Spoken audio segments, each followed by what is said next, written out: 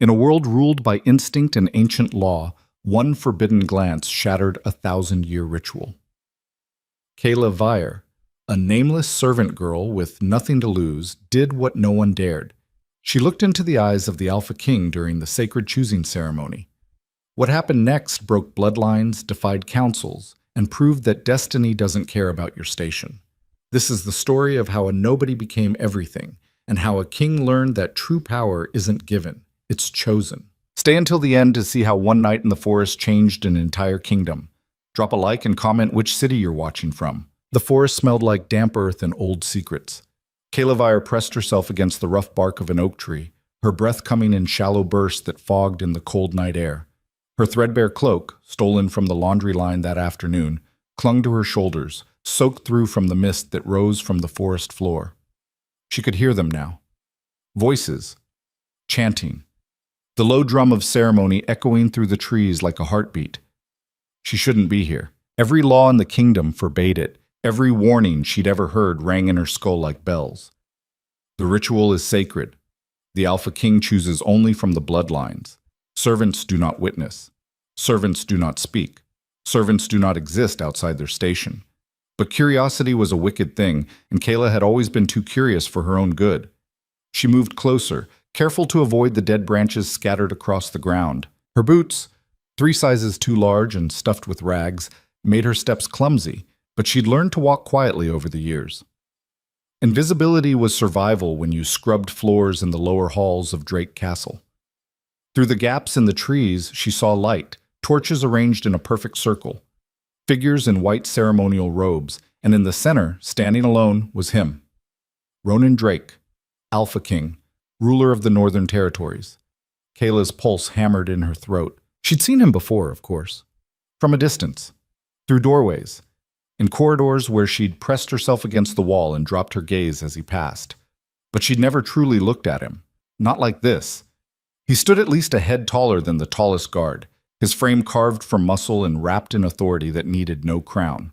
Dark hair fell past his shoulders, half tied back in the warrior style. And even from here she could see the ink markings that spiraled across his bare chest, ancient symbols passed down through generations of Drake kings. His jaw was sharp enough to cut stone, his posture rigid, controlled, but it was his eyes that stopped her heart. Golden, burning, predatory. Right now they were closed as the high priestess circled him, murmuring prayers in the old tongue. Around the ritual circle stood 12 women, daughters of noble houses, each one beautiful, each one vetted by counsel and blood. They wore flowing gowns of pale silk, their hair braided with silver thread. They looked like offerings, like prizes. Kayla looked down at her own hands, stained brown from lye soap and rough from years of labor. Her nails were chipped, her fingers calloused. She didn't belong in the same world as those women, let alone the same forest. So why are you here? She didn't have an answer, only the pull. The need to see something beyond the stone walls and endless drudgery of her life. Just once. The high priestess raised her arms. The drumming stopped. Silence fell so heavy it pressed against Kayla's ribs. By blood and moon, by instinct and fate, the priestess intoned, her voice carrying through the clearing. The Alpha chooses, not by sight, not by name, but by the call of what is meant to be. Ronan's eyes opened. Kayla's breath caught. His gaze swept across the circle of women, slow and deliberate. She watched each noble woman straighten under his attention, their faces painted with hope and nerves. This was it. The moment their families had prepared them for since birth. Whichever woman the Alpha's instincts recognized as his mate would become queen, would bear heirs, would shape the future of the kingdom. But something was wrong. Ronan's expression shifted, his brows drew together. His head tilted slightly, like a wolf catching an unfamiliar scent on the wind. The priestess noticed too. She stepped closer, concern flickering across her painted features. "My king?" she whispered. Ronan didn't answer. His gaze had stopped moving across the circle. Instead, it drifted outward, past the torches, past the ceremony, into the darkness of the forest, directly toward Kayla. No, no, there was no way. She was hidden. She was nothing. She was... His eyes locked onto hers. Time fractured. Kayla felt it like a fist to the chest, a rush of heat and terror and something else entirely, something she had no name for. The world narrowed to just the two of them. Everything else, the priestess, the noble daughters, the ancient ritual, dissolved into background noise. Ronan's entire body went rigid. His hands, which had been relaxed at his sides, curled into fists. A low sound rumbled from his chest. Not quite a growl. Not quite human. The priestess grabbed his arm. Alpha King, what? He moved. Not toward the women in the circle, toward the trees, toward her. Kayla's survival instincts kicked in like lightning. She ran. Branches tore at her cloak. Roots tried to trip her. Her two big boots slipped on wet leaves, but she didn't stop. Couldn't stop. Behind her, she heard shouting, confusion, the ceremony collapsing into chaos. She didn't look back. Her lungs burned. Her legs screamed. But she pushed harder, crashing through underbrush like a hunted animal, because that's exactly what she was now. She'd broken the law, interrupted the most sacred rite in the kingdom, and worse, she'd been seen. By him. The castle loomed ahead through the trees, its stone walls and towers backlit by the rising moon. Kayla veered toward the servants' entrance, a narrow gap in the outer wall that led to the kitchens. She squeezed through, scraping her shoulder against rough stone, and burst into the dimly lit corridor beyond. Two other servants looked up from where they were hauling buckets of water. Kayla didn't stop to explain. She kept running, taking stairs two at a time, her heart threatening to crack her ribs. She didn't stop until she reached the tiny alcove where she slept, a space barely wider than a coffin, tucked beneath a back staircase in the eastern wing. She collapsed onto the thin mattress, pulling her knees to her chest, shaking so hard her teeth chattered. What did I just do? The question circled her mind like a vulture. She'd witnessed the ritual. She'd been caught. And the way Ronan had looked at her? No, that was impossible. She was imagining things. Panic playing tricks. He couldn't have actually sensed her. That wasn't how it worked. The Alpha King's instincts recognized mates among the bloodlines, among women of power and station. Not a servant girl who didn't even have a family name worth remembering. Kayla pressed her forehead against her knees and tried to breathe, tried to think. Maybe no one had seen her face clearly. Maybe in the darkness and confusion, she could just be another shadow. She'd go back to her duties tomorrow, keep her head down, disappear back into the invisibility she'd perfected over 18 years of life. It would be fine. It had to be fine, because the alternative was unthinkable. The castle woke early, as it always did. Kayla dragged herself from her alcove before dawn, her body aching from the run, her shoulder bruised purple from the wall. She splashed icy water on her face from the communal basin and braided her dark hair into a tight plait that hung between her shoulder blades. Her dress, gray, shapeless, identical to every other servant's uniform, smelled faintly of smoke and kitchen grease. She joined the morning line in the lower kitchens, accepting a bowl of thin porridge and a heel of yesterday's bread. The other servants barely glanced at her. Conversation hummed around her, but none of it was directed her way. That was how it had always been. Kayla Vier existed in the margins, seen but not noticed, present but not acknowledged. Usually that suited her fine. Today she wanted to sink into the floor. Did you hear? One of the laundry girls, Mira, leaned across the table toward her friend, eyes bright with gossip. The choosing ceremony was disrupted last night. Kayla's spoon froze halfway to her mouth. What? Another girl gasped. How? No one knows exactly, Mira said, dropping her voice to a dramatic whisper. But apparently the Alpha King sensed someone who wasn't supposed to be there.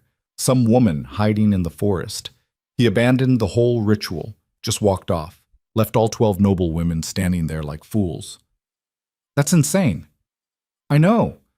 The High Priestess tried to stop him, but you know how he is. Once the wolf instinct takes over, Mira made a helpless gesture. The council is furious, Lady Thorne especially. At the mention of Lady Thorne, a chill ran down Kayla's spine.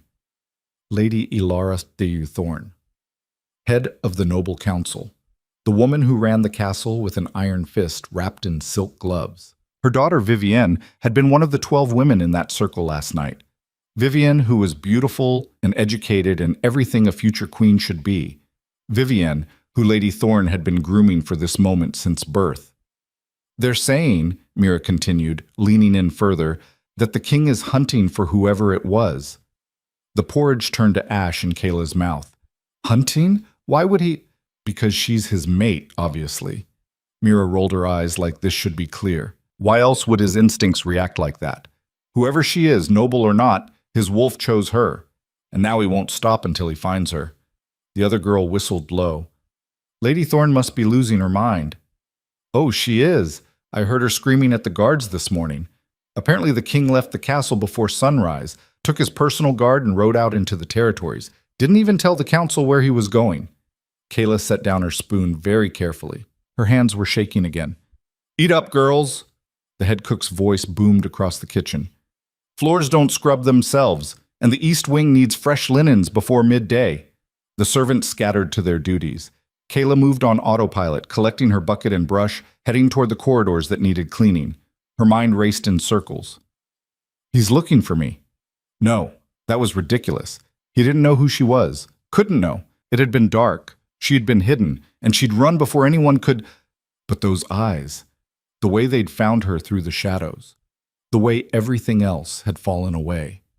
Kayla scrubbed the same section of floor 3 times before she realized she'd stopped moving. She forced herself to focus, to breathe, one task at a time. That's how you survived. You didn't think about impossible things. You didn't dream about alpha kings and golden eyes and you. Kayla's head snapped up. A guard stood in the corridor, young, nervous, clearly not used to addressing servants. He cleared his throat awkwardly. "You're needed in the council chambers." The blood drained from Kayla's face. What?" "Council chambers. Now." He gestured impatiently. "Lady Thorne wants to speak with all the serving girls who were on duty in the East Wing last night." Relief crashed through her so hard she nearly laughed. All the serving girls, not just her. This was routine. Lady Thorne probably wanted to question everyone, make sure no one saw anything improper during the disrupted ceremony. Kayla could handle questions. She'd been invisible her whole life. She could be invisible now. She followed the guard through the winding corridors, up 3 flights of stairs, into the administrative wing, where she'd only been a handful of times. The council chambers were vast, all dark wood and high ceilings and windows that let in cold northern light. A long table dominated the center of the room. At its head sat Lady Alara Thorne.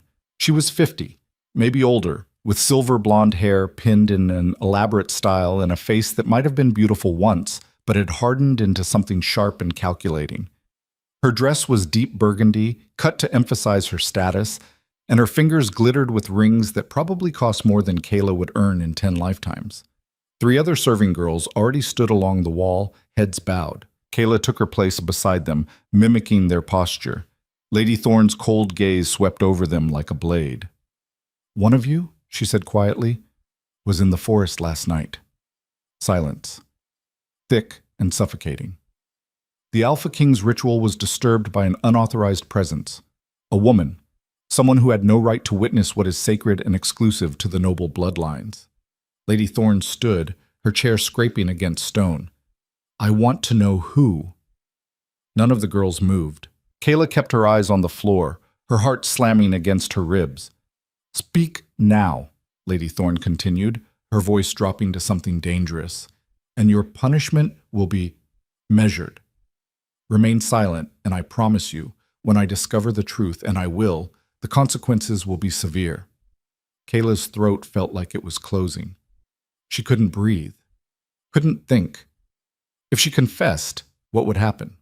Exile? Prison? Worse? If she stayed silent and was caught later? Very well. Lady Thorne's lips curled into something that wasn't quite a smile. "You're all dismissed, for now. But understand this. I have eyes everywhere in this castle.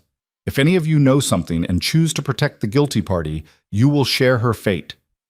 The guard gestured sharply, and the serving girls fled like startled birds. Kayla's legs barely carried her back down the stairs, through the corridors, into the relative safety of the lower halls. She made it to a storage closet before her knees gave out. Pressing her back against the shelves of folded linens, Kayla covered her face with her hands and tried to think, tried to breathe. Lady Thorne was hunting. The Alpha King was hunting, both of them, from different directions, closing in on the same target, on her. And Kayla had no idea what to do. No family to protect her. No allies to turn to. No money to run with. She was nothing. Nobody. A servant whose disappearance wouldn't even warrant a notice in the morning ledgers. The smart thing would be to confess. Throw herself at Lady Thorne's mercy and hope. But even as she thought it, Kayla knew it wouldn't work. There was no mercy in Alara Thorne's eyes. Only calculation, only fury that her daughter hadn't been chosen, that the careful plans of years had been shattered by some nameless girl who dared to exist in the wrong place at the wrong time. So what then? Hide forever. Hope they forgot. The door to the closet creaked open. Kayla's head jerked up, terror flooding her system, but it was only Pip, a scrawny boy of maybe 12 who worked in the stables. He looked almost as frightened as she felt. "Kayla," he whispered, "you need to see something." "What? Pip, I can't." "Just come, please."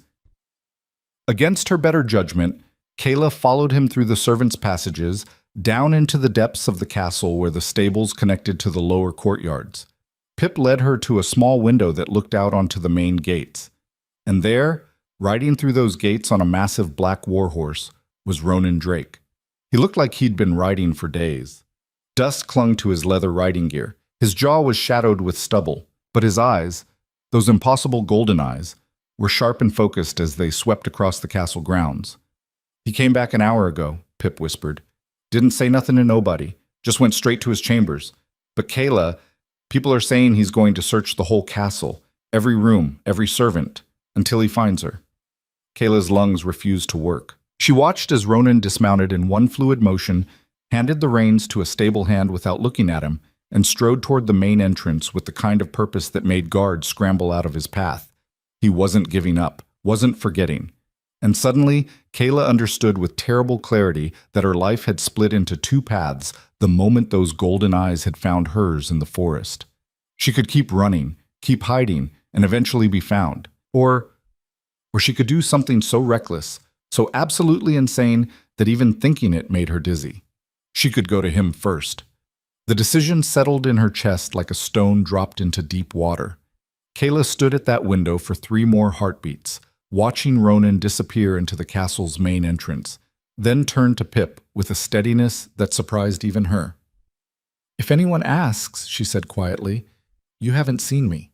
Pip's eyes went wide. "Kayla, what are you—" But she was already moving, slipping back through the servants' passages, with her mind racing ahead of her feet. This was insane. This was suicide.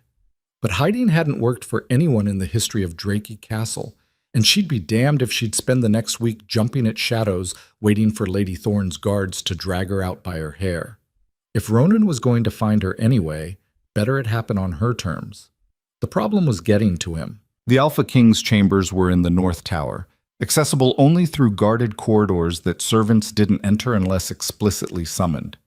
Kayla had scrubbed those halls exactly twice in 3 years, both times under the watchful glare of senior staff who treated her like she might steal the tapestries. But there was another way, a route most people had forgotten about. Kayla ducked into the old laundry room, the one that had been abandoned after the new facilities were built in the western wing. Dust coated everything. Cobwebs hung from the rafters like decorations from some long-dead celebration. She moved to the back corner where a ventilation shaft, wide enough for a small person, led up through the castle's infrastructure. She'd discovered it years ago when she was younger and even more invisible, exploring the parts of the castle no one cared about. The shaft connected to an old servants' passage that ran behind the North Tower. If she could make it through without getting stuck or making noise. Kayla pulled off her boots, tied them to her belt, and climbed in. The metal was cold against her palms, the space narrow enough that her shoulders scraped both sides. She inched forward on her stomach, trying not to think about what would happen if someone found her wedged in here like a trapped rat. Sweat dripped into her eyes. Her breath echoed too loud in the confined space. After what felt like an hour but was probably only minutes, she reached the junction where the shaft met the old passage. Kayla wriggled through, dropped onto stone flooring, and stood in darkness so complete she had to feel her way along the wall. Her fingers found the grooves she remembered, marks left by builders a century ago. She followed them until she reached the narrow door, no bigger than a cupboard, that opened into the corridor behind the North Tower's guest rooms. Kayla pressed her ear against the wood. Silence. Or near enough.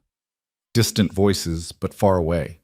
She pushed the door open an inch, peered through. Empty corridor, torches burning in their brackets, thick carpets that would muffle footsteps. Now or never. Kayla slipped through, eased the door shut behind her, and moved quickly toward the tower stairs. Her bare feet made no sound. Her heart hammered so hard she thought it might crack a rib, but she kept moving, kept breathing, kept, "You there!" She froze.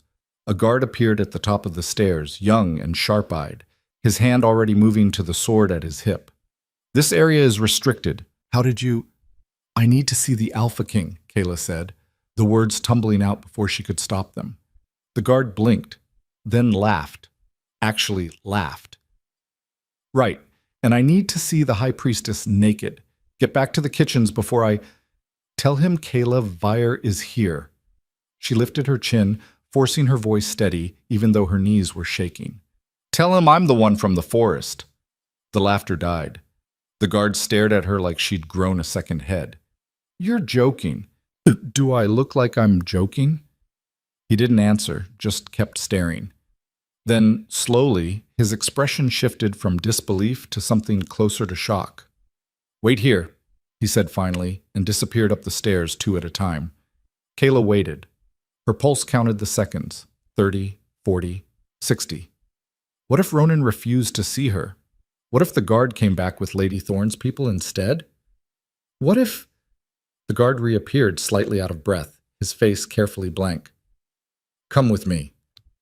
She followed him up the spiral staircase, past 2 more checkpoints where guards looked at her with open confusion, and finally to a set of double doors carved with the Drake family crest, a wolf's head surrounded by oak leaves. The guard knocked once. "My lord, the girl. Send her in." That voice, deep and rough like gravel under silk. Kayla had heard it from a distance a dozen times, but never directed at her, never meant for her ears. The doors opened. Ronan's chambers were nothing like she'd imagined. No excessive gold, no elaborate decorations, just clean lines, dark wood, and windows that overlooked the northern forest. Maps covered one wall. Weapons, swords, bows, knives, hung on another in neat rows. A desk sat near the window, piled with reports and correspondence. And in the center of it all stood Ronan Drakey. He changed from his riding gear into simple dark pants and a loose shirt that did nothing to hide the breadth of his shoulders. His hair was still damp from washing. His feet were bare. He looked less like a king and more like a predator who'd just returned to his den. His golden eyes locked onto hers, and the bottom dropped out of Kayla's stomach. "Close the door," Ronan said without looking away from her. The guard obeyed. The latch clicked. They were alone. Kayla's mouth went dry. Every plan she'd half-formed on the way here evaporated like morning mist. She stood there, barefoot and dusty from the ventilation shaft, her servant's dress hanging on her frame like a sack, and tried to remember how to breathe. Ronan circled her slowly, not touching, just looking. His gaze cataloged everything, the bruise on her shoulder, the scrape on her cheek from branches, the way her hands trembled at her sides. "You ran," he said finally. It wasn't a question, but Kayla answered anyway. "Yes." "Why?" "Because I was terrified." "Of me?" "Of everything." The words came out sharper than she intended. "I broke the law. I interrupted your ritual. I'm a servant. I'm nothing. Of course I ran." Something flickered across his expression.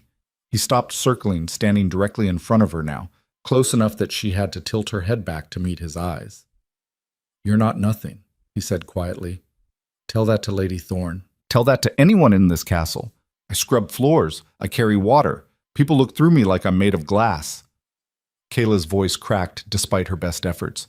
"You're the Alpha King. I'm nobody. This, whatever you think happened in the forest, it's a mistake."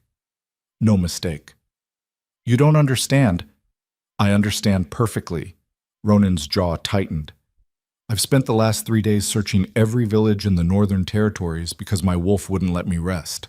Because, for the first time in my life, my instincts responded to someone who wasn't standing in that damned circle.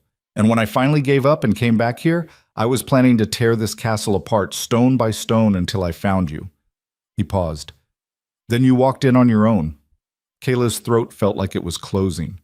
"I came because hiding is worse than facing it. Smart. It's not smart, it's desperate. There's a difference."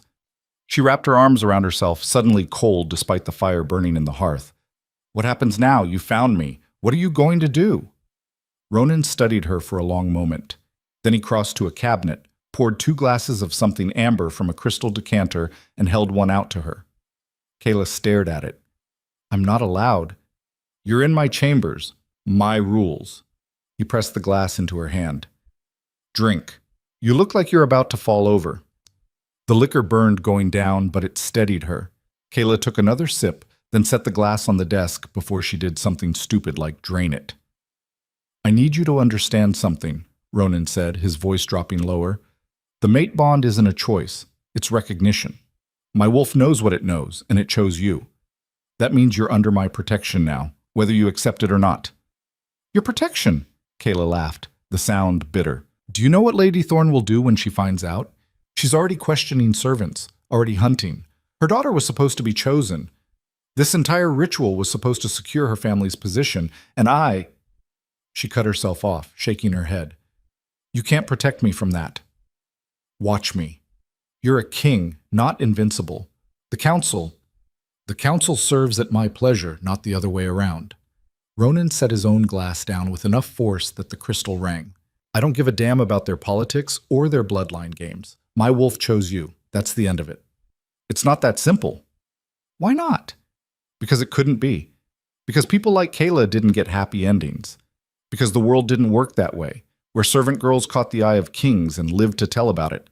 Because—" A sharp knock at the door interrupted her spiraling thoughts. "My lord," the guard's voice tight with tension. "Lady Thorn is here. She's demanding an audience." Kayla's blood turned to ice. Ronan's expression went hard as stone. "Tell her I'm occupied." "I did, my lord. She's insisting. Says it's regarding the disrupted ritual and a matter of castle security." Of course she was. Of course she'd figured it out already. Lady Thorn had eyes everywhere, and Kayla had been foolish to think she could slip through the castle unnoticed. "Kayla!" Ronan's hand caught her wrist, gentle but firm. "Stay here. Don't leave this room." "She knows," Kayla whispered. "She has to know, or she wouldn't be here." "I don't care what she knows." He looked at the door, then back at her, and something in his eyes made her chest ache. "Trust me. Please." She wanted to. The desperate, reckless part of her that had climbed through ventilation shafts and walked into the Alpha King's chambers wanted to believe he could fix this. But trust was a luxury Kayla had never been able to afford. Still, she nodded. Ronan released her wrist and crossed to the door, opening it just enough to step into the corridor. Kayla heard voices. His, low and controlled, and Lady Thorn's, sharp as broken glass. "Completely unacceptable, my lord. The ritual was sacred, and the disruption has been addressed." "Addressed? You abandoned the ceremony, left 12 noble daughters standing in that circle like fools while you chased after some phantom in the woods." "Not a phantom." Ronan's voice carried a warning edge that would have made Kayla step back if she'd been in Lady Thorn's position. "And not your concern." A pause, then dangerously quiet. "Everything that happens in this castle is my concern. The council demands answers. Your behavior has been erratic at best, and if there's someone in this castle who violated the sacred laws—" "There is." Kayla's heart stopped. "And I found her," Ronan continued. "The matter is resolved. Then bring her before the council. Let us determine the appropriate punishment for such a transgression." "No." Another pause, longer this time. Kayla could almost feel the rage building in the corridor. "My lord," Lady Thorn said, her voice trembling with barely controlled fury, "you cannot simply ignore centuries of law because I can do whatever I want. I'm the Alpha King." He said it flatly, without arrogance, just stating fact. "The woman from the forest is under my protection. The matter is closed. If the council has concerns, they can bring them to me directly during the next session." "Your protection." Lady Thorn's laugh was cold enough to freeze fire. Is this about the bond? Did your wolf actually choose some random girl over your daughter? Ronan finished. Yes. And before you waste both our time with politics and bloodline arguments, understand this. I don't care. The bond chose who it chose. Vivienne is a lovely girl, I'm sure, but she's not my mate. Neither were the other 11. So unless you have actual castle business to discuss, this conversation is over. Silence fell like a hammer. Then Lady Thorne's voice, so soft and venomous it made Kayla's skin crawl. You're making a mistake. Noted. Anything else? Footsteps. Retreating, sharp and angry. Ronan stood in the corridor for another minute, probably making sure she was really gone, then stepped back into his chambers and closed the door. His jaw was tight. A muscle jumped in his cheek.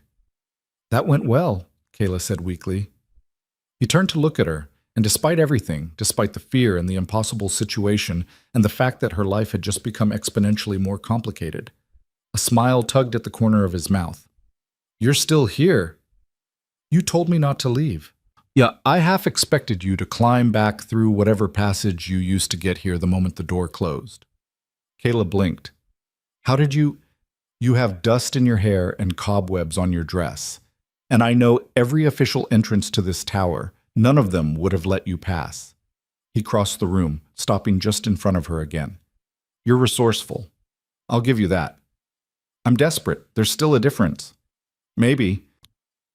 His hand came up, and for a second Kayla thought he might touch her, but he just brushed a cobweb from her shoulder. Lady Thorne won't let this go. I know. She'll come at you indirectly, through the other servants, through castle policy, through every angle she can find. I know that too. Kayla's hands clenched into fists at her sides.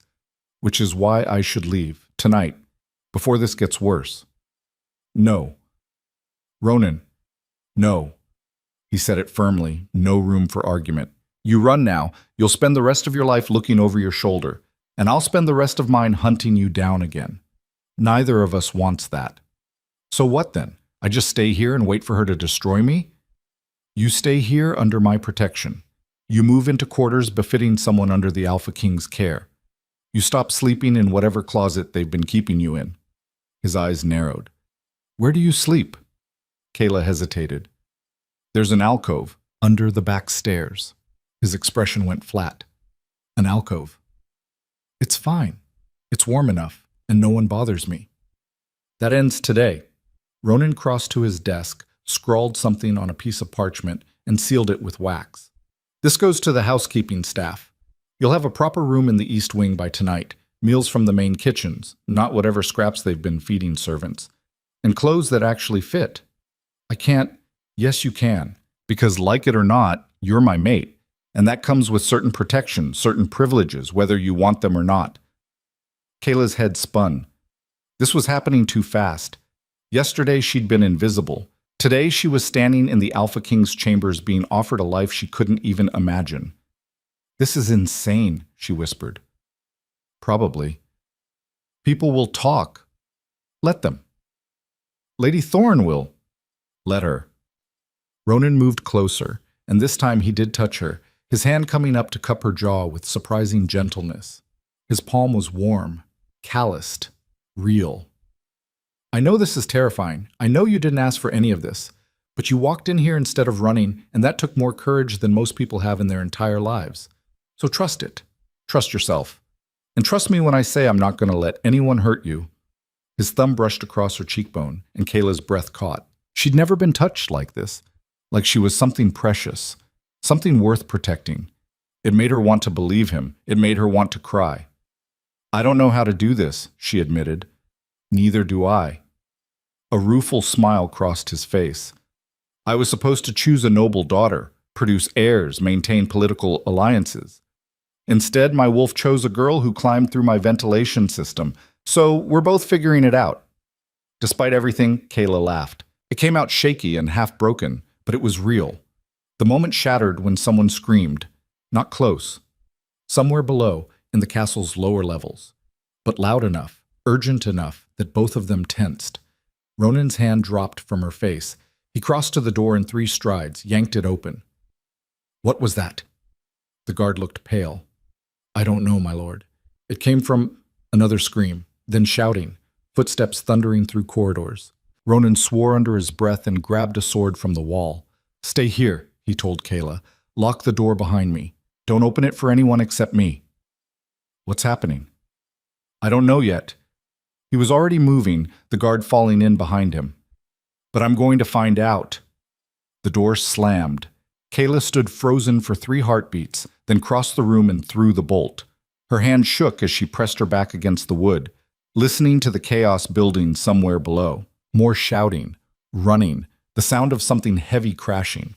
Then, cutting through it all, a voice Kayla recognized, Pip, the stable boy, screaming her name. Kayla! Kayla, they're coming! They're... His voice cut off abruptly. Kayla's heart launched into her throat.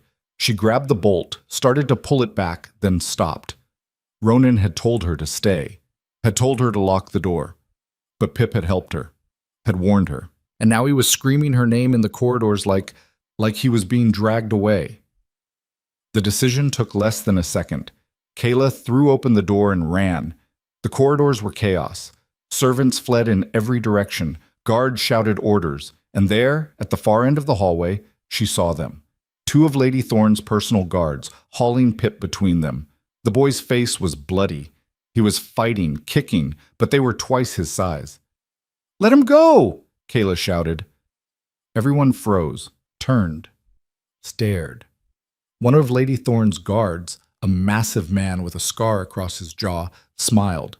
It wasn't a nice smile. There you are, he said. Lady Thorne wants a word. I don't care what she wants. Let the boy go. He didn't do anything.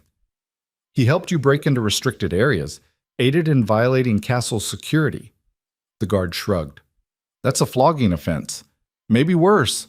Pip's eyes were wide with terror. Kayla, run! The guard cuffed him across the head hard enough to snap his neck sideways. Quiet! Something inside Kayla cracked. Maybe it was the fear that had been building for days. Maybe it was the rage at a system that crushed people like her and Pip without a second thought. Maybe it was just 3 years of being invisible finally boiling over. She stepped forward. You want me? Fine. I'm right here. Let him go and take me instead. Kayla, no! Pip struggled harder. Don't. I said take me. She lifted her chin, meeting the guard's eyes. The boy's just a stable hand. He doesn't know anything. I'm the one who was in the forest. I'm the one who broke your sacred laws. So let him go, and we'll settle this. The guard considered this. Then he shoved Pip toward another servant. Hold him. Don't let him leave.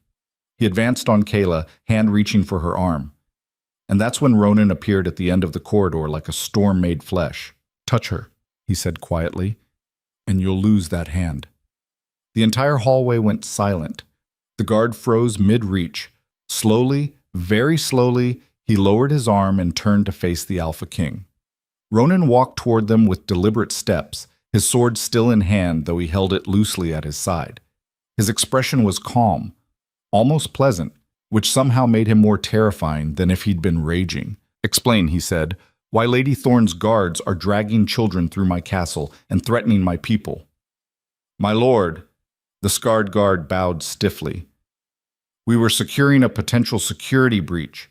This boy was seen helping the servant girl who is under my protection, as I already explained to Lady Thorne not 15 minutes ago. Ronan stopped directly in front of the man, close enough that the guard had to look up to meet his eyes. So unless you'd like to explain to her why you ignored a direct order from your Alpha King, I suggest you release the boy and leave. Now. The guard's jaw worked. His hand twitched toward his sword. Bad idea. Ronan's blade came up so fast Kayla barely saw it move. The tip rested against the guard's throat before he could blink. Don't, Ronan said softly. The guard went very, very still. My lord, he managed. Lady Thorne has authority over castle staff. She has the right to question servants about their duties, not to drag them through hallways bleeding, not to threaten them, and certainly not to lay hands on anyone I've claimed as mine. The sword pressed a fraction harder, dimpling skin. So here's what's going to happen. You're going to release that boy. You're going to leave this corridor. And you're going to tell Lady Thorne that if she wants to discuss castle security, She can schedule an appointment through proper channels like everyone else. Clear? The guard managed a tight nod. Ronan lowered his sword, stepped back. Go. They went, fast, practically running by the time they reached the stairs. The corridor remained frozen for another heartbeat, everyone too shocked to move. Then Pip broke free from the servant holding him and stumbled toward Kayla. You shouldn't have done that, he gasped, blood streaming from his split lip. They were going to... I know. Kayla caught him before he fell. I know, it's okay. You're okay. Ronan sheathed his sword and crossed to them both. He looked down at Pip with an expression Kayla couldn't quite read. What's your name? He asked. Pip, my lord. I work in the stables. You helped her? Pip swallowed hard, nodded. Good. Ronan pulled a cloth from his pocket and handed it to the boy. Clean your face, then go to the healers. Tell them I sent you. Anyone gives you trouble, you tell them to take it up with me personally. Pip stared at him like he'd sprouted wings.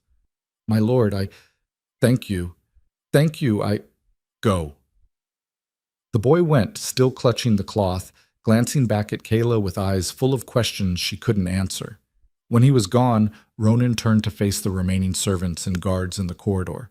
His voice carried clear and cold. Kayla Vire is under my personal protection. Anyone who touches her, threatens her, or makes her life difficult in any way will answer to me. Spread the word. Then he took Kayla's hand, just took it, like it was the most natural thing in the world, and led her back toward his chambers. Kayla's mind reeled. Her heart hammered. She was dimly aware of people staring, whispering, but it all felt distant, unreal. They reached his chambers. He closed the door, locked it. Then he turned to her, and his expression cracked just enough to show the anger underneath. I told you to stay here.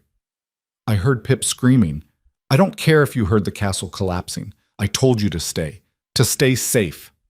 His hands curled into fists. Do you have any idea what could have happened if I hadn't? But you did. Kayla's own anger flared hot and bright. You showed up, like you promised. So I was right to go, because now Pip's safe, and now Lady Thorne knows exactly who you are and exactly how much I'll do to protect you. Ronan's voice dropped low, almost a growl. Which means she'll come at you harder, smarter. And I can't be everywhere at once. Then what am I supposed to do? Hide in your chambers forever? Let people like Pip get hurt because I'm too scared to... Yes! The word came out louder than he probably intended. He caught himself, took a breath. Yes. For now. Until I can secure your position properly. Until the council accepts this. Until I'm something other than a servant. Kayla pulled her hand free from his. That's what you mean, isn't it?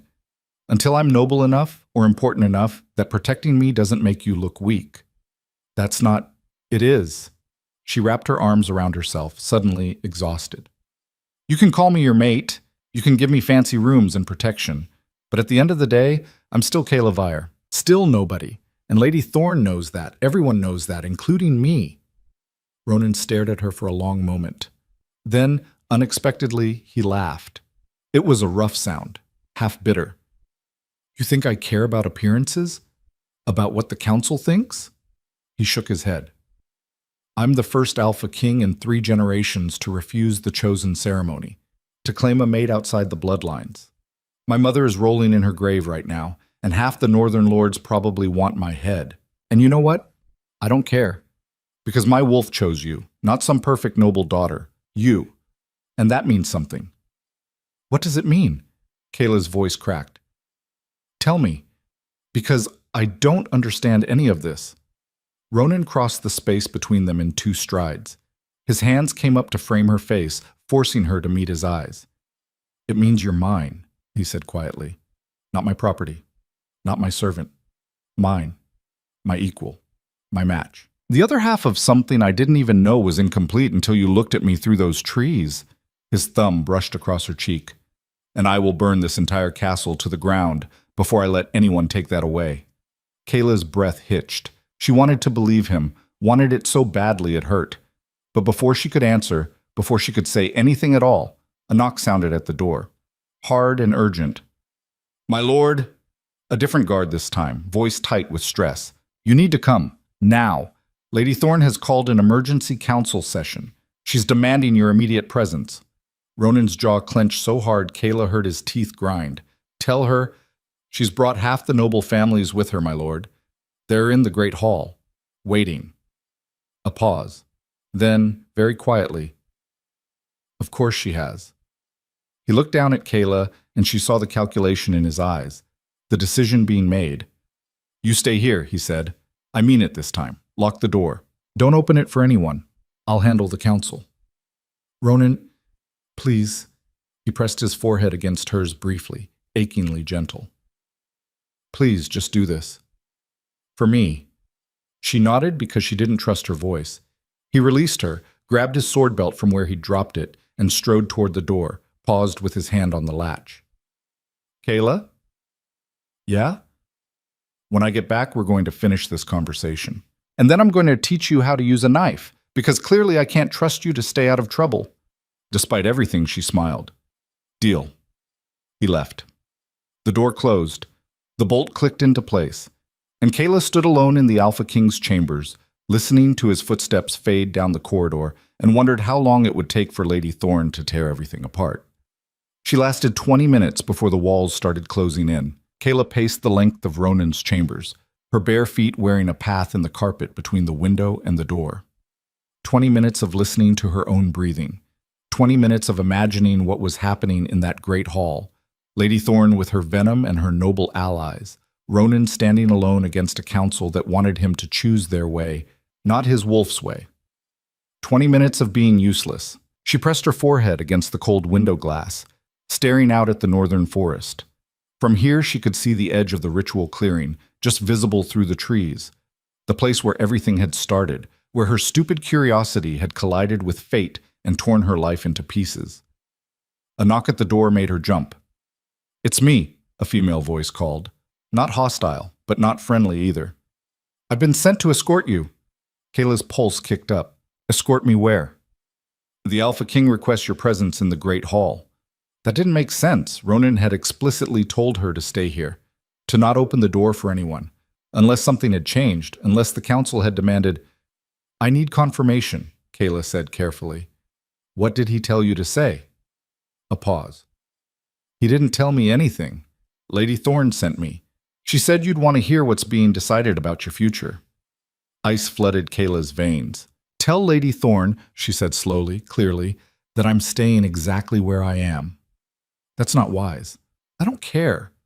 Another pause. Then footsteps retreating down the corridor. Kayla backed away from the door, her heart hammering. That had been a test. Or a trap. Or both. Lady Thorne was trying to draw her out, away from Ronan's protection, into a space where the door to the antechamber burst open. Kayla spun, reaching for anything she could use as a weapon, but it was only Pip. The stable boy looked worse than before. His lip was swelling, a bruise darkening his jaw, but his eyes were sharp with urgency. How did you get in here? Kayla demanded. Servant's passage. Same one you used. He was breathing hard, like he'd been running. Kayla, you need to leave, now. Ronan told me to stay. Ronan doesn't know what Lady Thorne's planning. Pip grabbed her arm. I was in the kitchens. I heard her guards talking. She's going to the council with evidence that you used forbidden magic to seduce the Alpha King, that you're a witch or a sorceress or something, and that's why his wolf responded to you instead of the noble daughters. Kayla's stomach dropped. That's insane. I don't have any magic. I can't even... Doesn't matter if it's true. She's got 3 witnesses who'll swear they saw you performing rituals in the forest. She's got testimony from servants who'll say you bragged about enchanting him. Pip's fingers dug into her arm. She's making you into a threat to the entire kingdom, and the council's going to believe her because it's easier than accepting that their Alpha King chose a servant. Ronan won't let them. Ronan's one man against the entire noble council. They can overrule him on matters of kingdom security. It's in the old laws. Pip pulled her toward the antechamber. If they declare you a threat, they can arrest you, imprison you, execute you, and there's nothing he can do about it until the trial, which Lady Thorne will make sure never happens. Kayla's mind raced. This couldn't be happening. This couldn't be real. But Pip's terror was real. The bruises on his face were real. And Lady Thorne's rage, that was very, very real. Where am I supposed to go? Kayla whispered. Anywhere but here. The forest, the outer villages. There's a woman in Northgate who helps people disappear. I can get you there, but we have to leave now before... Footsteps in the corridor. Multiple sets. Moving fast. Pip's eyes went wide. They're coming! Kayla's survival instinct screamed at her to run, to trust Pip, to get out before Lady Thorne's guards dragged her to whatever fate they'd prepared. But Ronan had told her to stay, had promised to handle the council, had looked at her like she was something worth fighting for. The footsteps stopped outside the door. Kayla Vire, Lady Thorne's voice cold and precise. By order of the noble council, you are to be taken into custody pending investigation of crimes against the kingdom. Open this door or we will break it down. Don't, Pip hissed. Please, Kayla, we can still... But Kayla was already moving toward the door. Not to open it, to buy time. What crimes? She called out. Sedition, use of forbidden magic, conspiracy to undermine the sacred rituals. Lady Thorne's voice dripped false sympathy. I know you're frightened, child, but running will only make things worse. Come peacefully, and you'll be treated fairly. Lies. Every word dripping with lies. Kayla looked at Pip, looked at the antechamber where the servants' passage waited, then looked back at the door separating her from Lady Thorne and whatever trumped-up charges she'd manufactured. She could run, save herself. Let Ronan come back to find her gone and spend the rest of his life wondering. Or she could open that door and face this head-on, trusting that somehow, against all logic, he'd keep his promise. Her hand went to the bolt. Kayla, no! She threw the door open. Lady Thorne stood in the corridor with 6 guards, all armed. Her expression was perfectly composed. Not triumphant, not angry, just coldly satisfied. Behind her, Kayla could see other faces. Servants, staff, people she'd worked beside for years, now watching her with expressions ranging from pity to contempt. Wise choice, Lady Thorne said. Take her. 2 guards moved forward. Kayla stepped back instinctively, but there was nowhere to go. They grabbed her arms, not gently, and hauled her into the corridor. Wait, Kayla managed. The Alpha King is currently occupied with council business. He'll be informed of your arrest, of course. Lady Thorne's smile was razor thin. I'm sure he'll be very disappointed to learn what you truly are. I'm not a witch. I don't have any magic. This is quiet. One of the guards shook her hard enough to rattle her teeth. You'll have a chance to speak at your trial. What trial? You just said... But they were already dragging her down the corridor, away from Ronan's chambers, away from any hope of protection. Kayla twisted, trying to see if Pip had followed, but the boy had vanished. Smart. At least one of them had sense. They hauled her through the castle, taking routes that avoided the main halls. Servants' passages. Back stairwells. Places where no one important would see. Kayla's mind spun through options, but every scenario ended the same way. Her, alone, against Lady Thorne's manufactured evidence and the council's willingness to believe it. The guards stopped at a heavy wooden door reinforced with iron bands. One of them produced a key, twisted it in the lock. The door swung open on hinges that screamed from disuse. Stone steps led down into darkness. The old dungeons? Kayla's voice came out higher than she wanted. You can't. I can do whatever I want to protect this kingdom from threats. Lady Thorne appeared beside her, close enough that Kayla could smell her perfume, roses and something sharper underneath. You made a mistake thinking you could have him, that someone like you could ever be anything more than what you are. He chose me, Kayla said, lifting her chin even though her knees were shaking. His wolf chose me. You can't change that. No, but I can make sure you're not around to benefit from it. Lady Thorne nodded to the guards. Take her down. Cell 7. No visitors, no food until I say otherwise. They dragged her down the stairs. The temperature dropped with each step. The air grew damp and stale, thick with the smell of mold and old suffering. At the bottom, a narrow corridor stretched into darkness, broken only by iron-barred cells on either side. Most were empty. A few held shapes that might have been people once.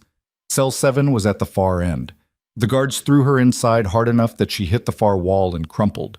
The door slammed shut. The lock clicked. Footsteps retreated back up the stairs. Then silence. Kayla sat in the darkness, her shoulders screaming from the impact, and tried to breathe through the panic clawing at her throat. This was bad. This was worse than bad. Even if Ronan figured out where they'd taken her, even if he came down here himself, Lady Thorne had made her move in front of witnesses, had used the council's authority. Ronan couldn't just break her out without defying the entire governing structure of the kingdom. She was trapped. Time stopped meaning anything down here. Minutes or hours could have passed. Kayla couldn't tell. She sat with her back against the cold stone wall, arms wrapped around her knees, and tried to think. The sound of footsteps made her head snap up. Not from the stairs, from deeper in the dungeon. Slow, deliberate steps that echoed off stone. A figure emerged from the shadows between cells, tall, female, moving with the kind of grace that came from years of training. As she stepped into the dim light filtering down from above, Kayla recognized her. Vivian Thorne, Lady Thorne's daughter, the woman who should have been chosen. She was beautiful in the way noble daughters always were. Pale skin, golden hair, delicate features that probably inspired poets. She wore a simple dress, no jewelry, and her expression was carefully neutral. "So you're her," Vivian said quietly. "The servant who stopped a ritual." Kayla pushed herself to her feet, wincing at the pain in her shoulder. "If you're here to gloat, I'm not." Vivian glanced back toward the stairs, then stepped closer to the bars. "I'm here because my mother is going to kill you.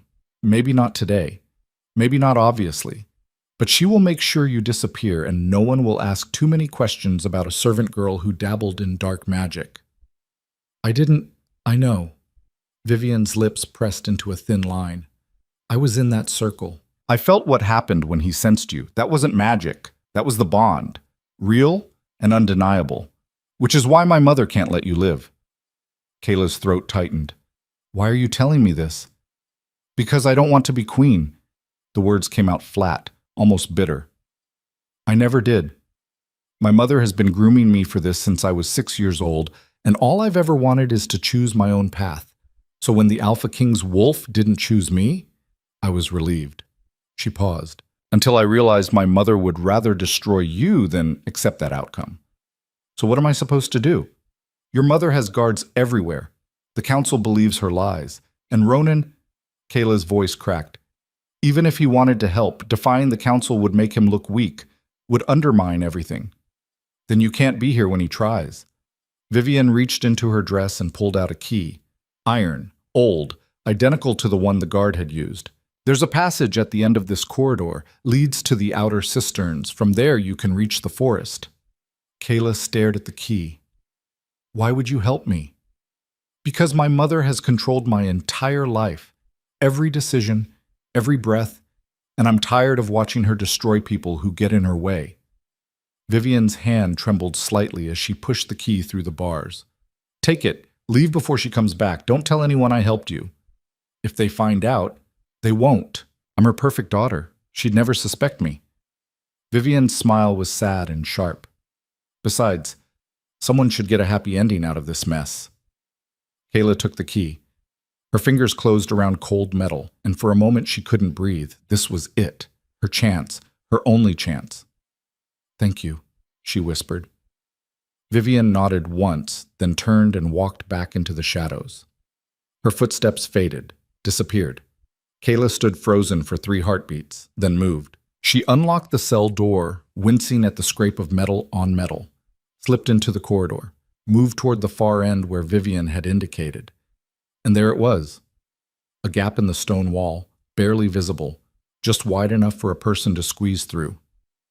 Kayla took one last look back at the stairs, thought about Ronan, about the promise in his eyes, about everything she was leaving behind. Then she stepped into the passage and disappeared into the darkness. The cisterns were exactly as terrible as she'd imagined. Dark, wet, smelling of things she didn't want to identify. Kayla felt her way along slime-covered walls, her bare feet slipping on stone worn smooth by centuries of water flow. Somewhere above, she could hear the castle. Voices. Movement. Life continuing while she crawled through its underbelly like a rat. The passage opened into a larger chamber where runoff from the castle drained into underground channels. Kayla could see faint light ahead, moonlight maybe, filtering through a grate that led outside. She was going to make it. She was actually going to... Well, well, oh, Kayla spun. Lady Thorne stood in the passage behind her, flanked by two guards. She looked perfectly composed despite the filth of the cisterns, like she'd expected this exact scenario. Did you really think my daughter would betray me? Lady Thorne smiled. I raised her better than that. Everything she does for our family, including setting the perfect trap. Kayla's heart stopped. Vivian is currently informing the council that you escaped custody using stolen keys, proving you had accomplices and magical abilities. Lady Thorne stepped forward. Which gives me legal authority to handle you as a threat to kingdom security. No trial needed, no questions asked. The guards moved forward. Kayla backed toward the grate, but there was nowhere to go, nowhere to run. The Alpha King will know, Kayla said desperately. He'll figure it out. He'll grieve. He'll rage. And then he'll accept that some bonds are too dangerous to honor. Lady Thorne's expression was almost pitying. Did you really think you could have him?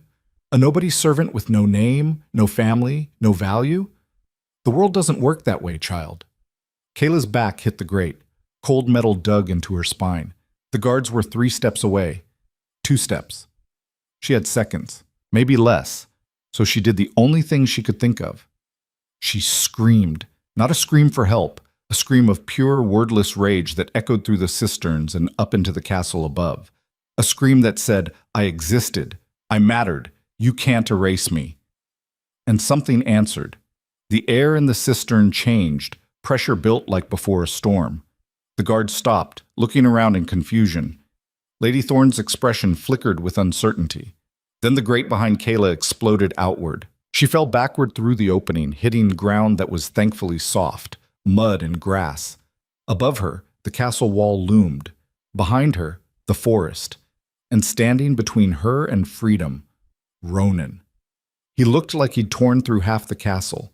His shirt was ripped. Blood stained his knuckles. His eyes burned gold and feral in the moonlight. He wasn't wearing a crown, wasn't carrying a sword. He looked less like a king and more like something wild that had been caged too long. His gaze found hers on the ground, and relief flooded his features so completely it hurt to see. Kayla. She couldn't speak, could barely breathe. Ronan turned to face the grate where Lady Thorne and her guards were emerging. His lip curled back from his teeth. You took her, he said softly, dangerously. You arrested her, imprisoned her, after I explicitly placed her under my protection. My lord, I was following council orders.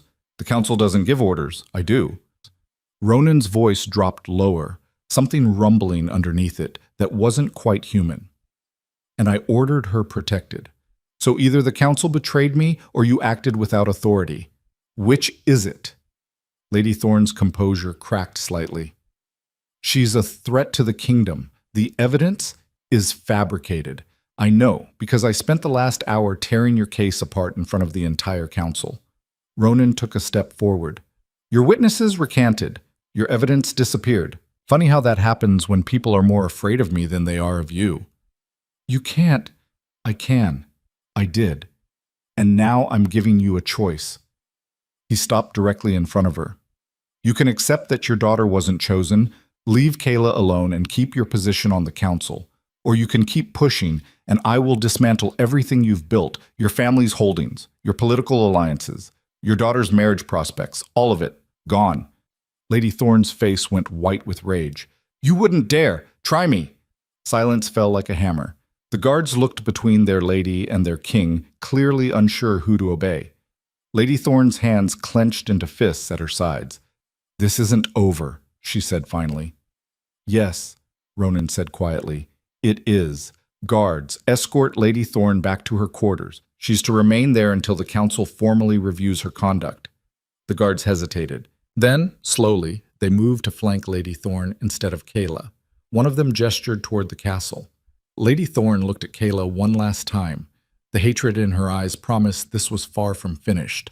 Then she turned and walked back through the grate, spine rigid, every inch of her radiating fury. When she was gone, Ronan dropped to his knees beside Kayla. Are you hurt? His hands moved over her, checking for injuries, for damage. Did they? I'm fine. Her voice came out shaky. How did you find me? I felt you. He touched her face gently, like making sure she was real. The bond. When you screamed, I felt it like a knife to the chest. I was in the council chambers and I knew you were in danger. You left the council session? I left everything.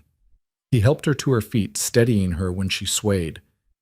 The second I realized what Thorn had done, I walked out. They tried to stop me. I explained physically that they shouldn't. Despite everything, Kayla laughed. It came out slightly hysterical. You started a fight with the council? I started several fights. Lost count somewhere around the third lord who thought he could block my way. Ronan's thumb brushed across her cheek. You're bleeding. Just scraped from the wall. She stopped, her brain finally catching up with adrenaline. Vivian betrayed me. She gave me the key, said her mother would kill me, and it was all a trap to prove I was using magic. Ronan's jaw tightened. I know. Vivian confessed the whole thing to the council when I confronted her. Said her mother planned it. That she was just doing what she was told. Will she be punished? That's complicated. She's a pawn in her mother's games, but she still participated. He paused. The council wants answers, wants accountability, but right now, I don't care about any of that. Ronan, come here. He pulled her against his chest, wrapping his arms around her so tight she could barely breathe. She felt him shaking. I thought I lost you, thought I'd been too slow, too late, and you'd be gone before I could. Kayla pressed her face against his shoulder and let herself break. Just for a moment. Just long enough to release the terror that had been building since the moment she'd opened his chamber door. He held her through it. Didn't tell her to stop. Didn't try to fix it. Just held on like she was the only thing keeping him grounded. When she could breathe again, Kayla pulled back enough to see his face. What happens now? Now? Ronan's expression hardened. Now we leave. What? The castle isn't safe for you. Lady Thorn might be confined, but she has allies. The council is fractured. Half of them support me, half think I've lost my mind. He cupped her face in both hands. And I'm tired of fighting them. Tired of politics. Tired of everything that isn't this. You're the Alpha King. You can't just leave. Watch me. He kissed her forehead, gentle despite the wildness in his eyes. I have holdings in the outer territories.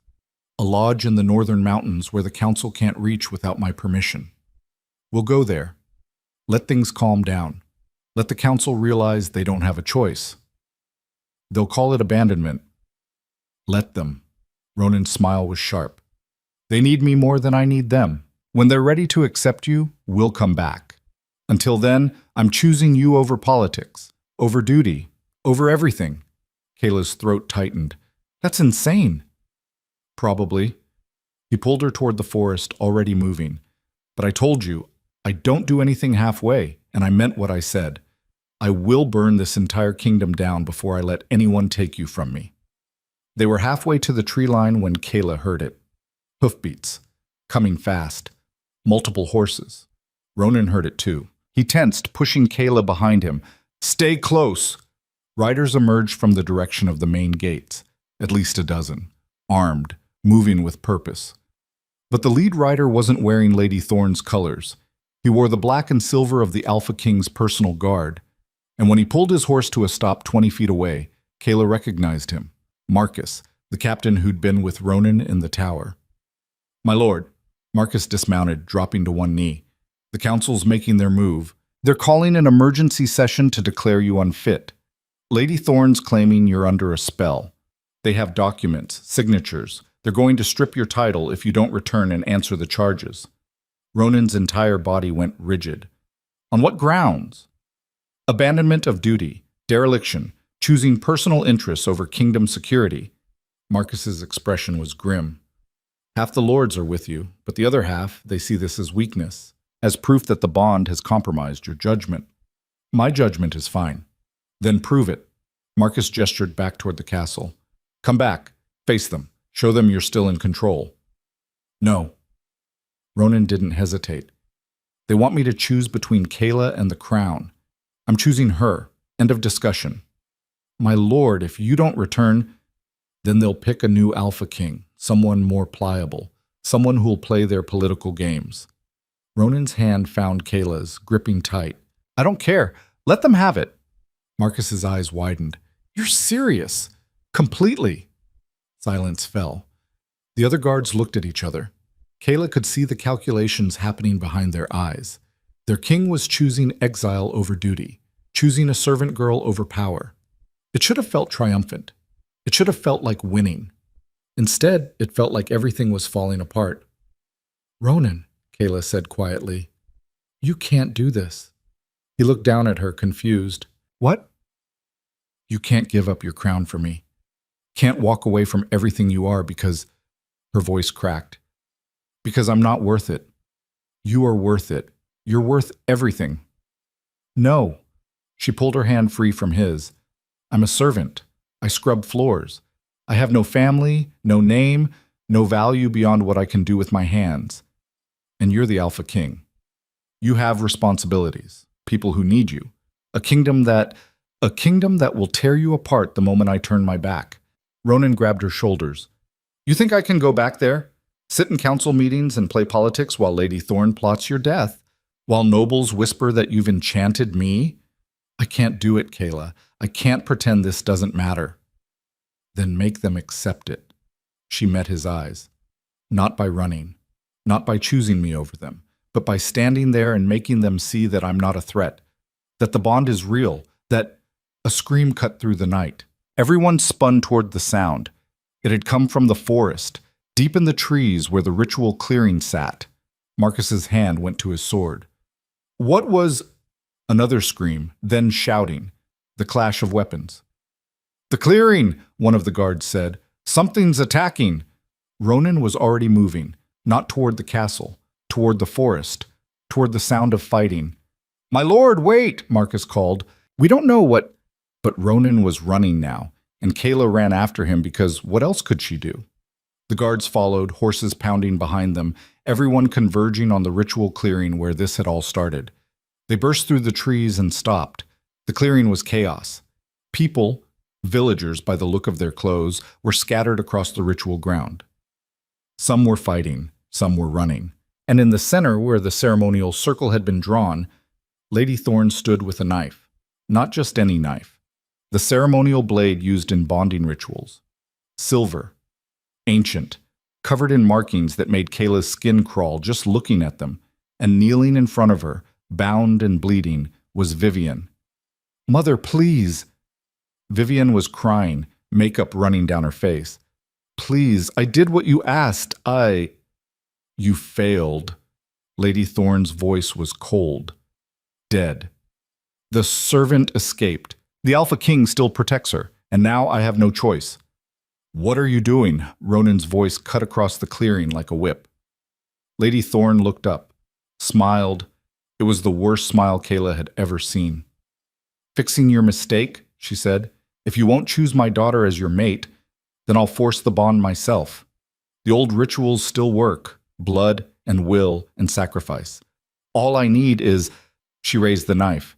Vivian screamed, and Kayla moved without thinking. She ran across the clearing, launched herself at Lady Thorne, hit her like a stone thrown at glass.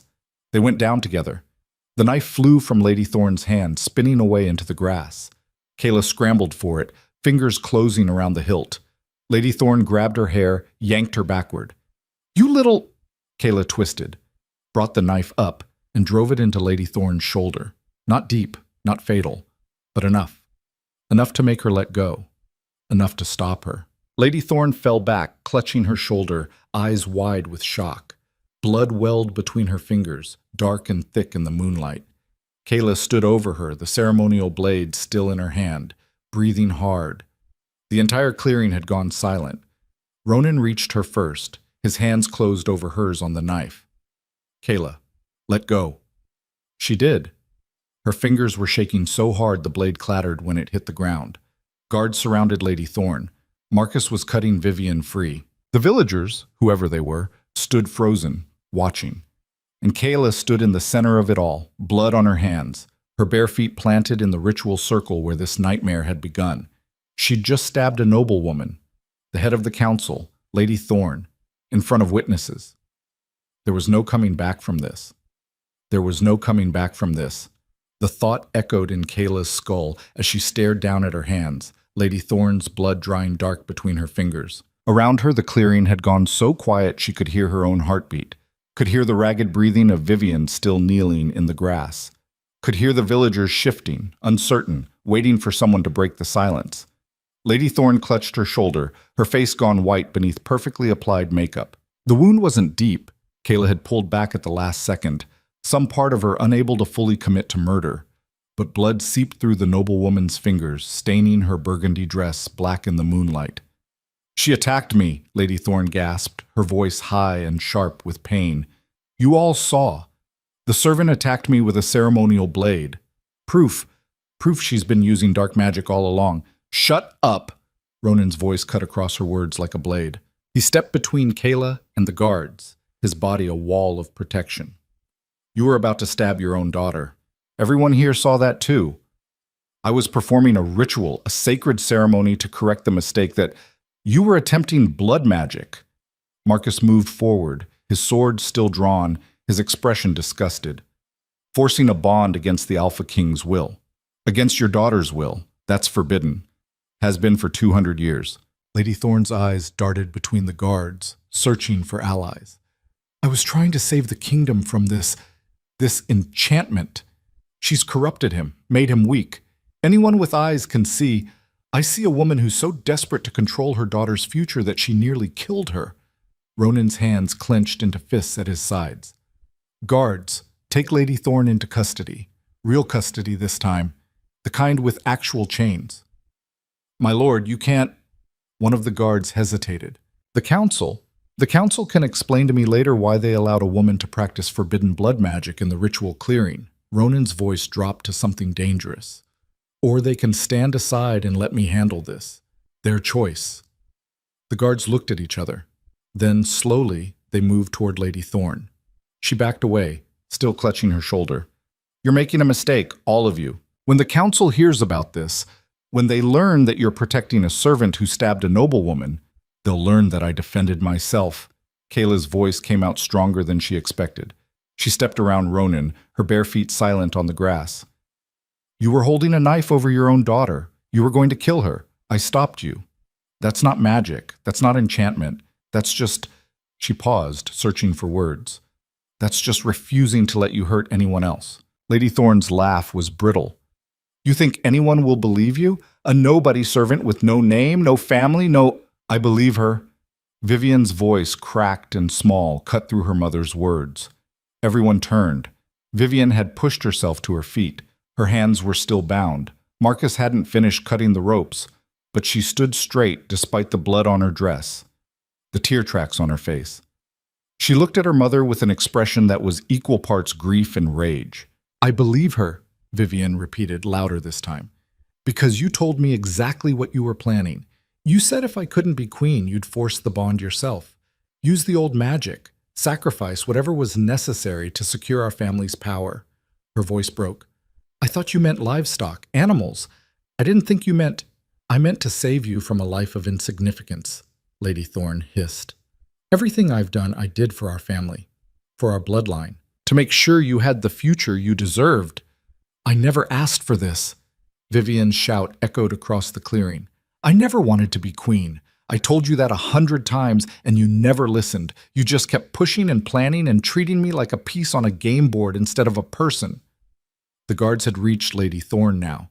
They grabbed her arms, pulling them behind her back despite her wounded shoulder. She gasped in pain but didn't stop talking. "You'll regret this," she said, her eyes locked on Kayla. "All of you. When she shows her true nature. When the enchantment breaks and the Alpha King realizes what he's done." "Enough!" Ronan's command cracked like thunder. "Take her to the real dungeons, the ones with stone walls and iron doors, and someone find the High Priestess.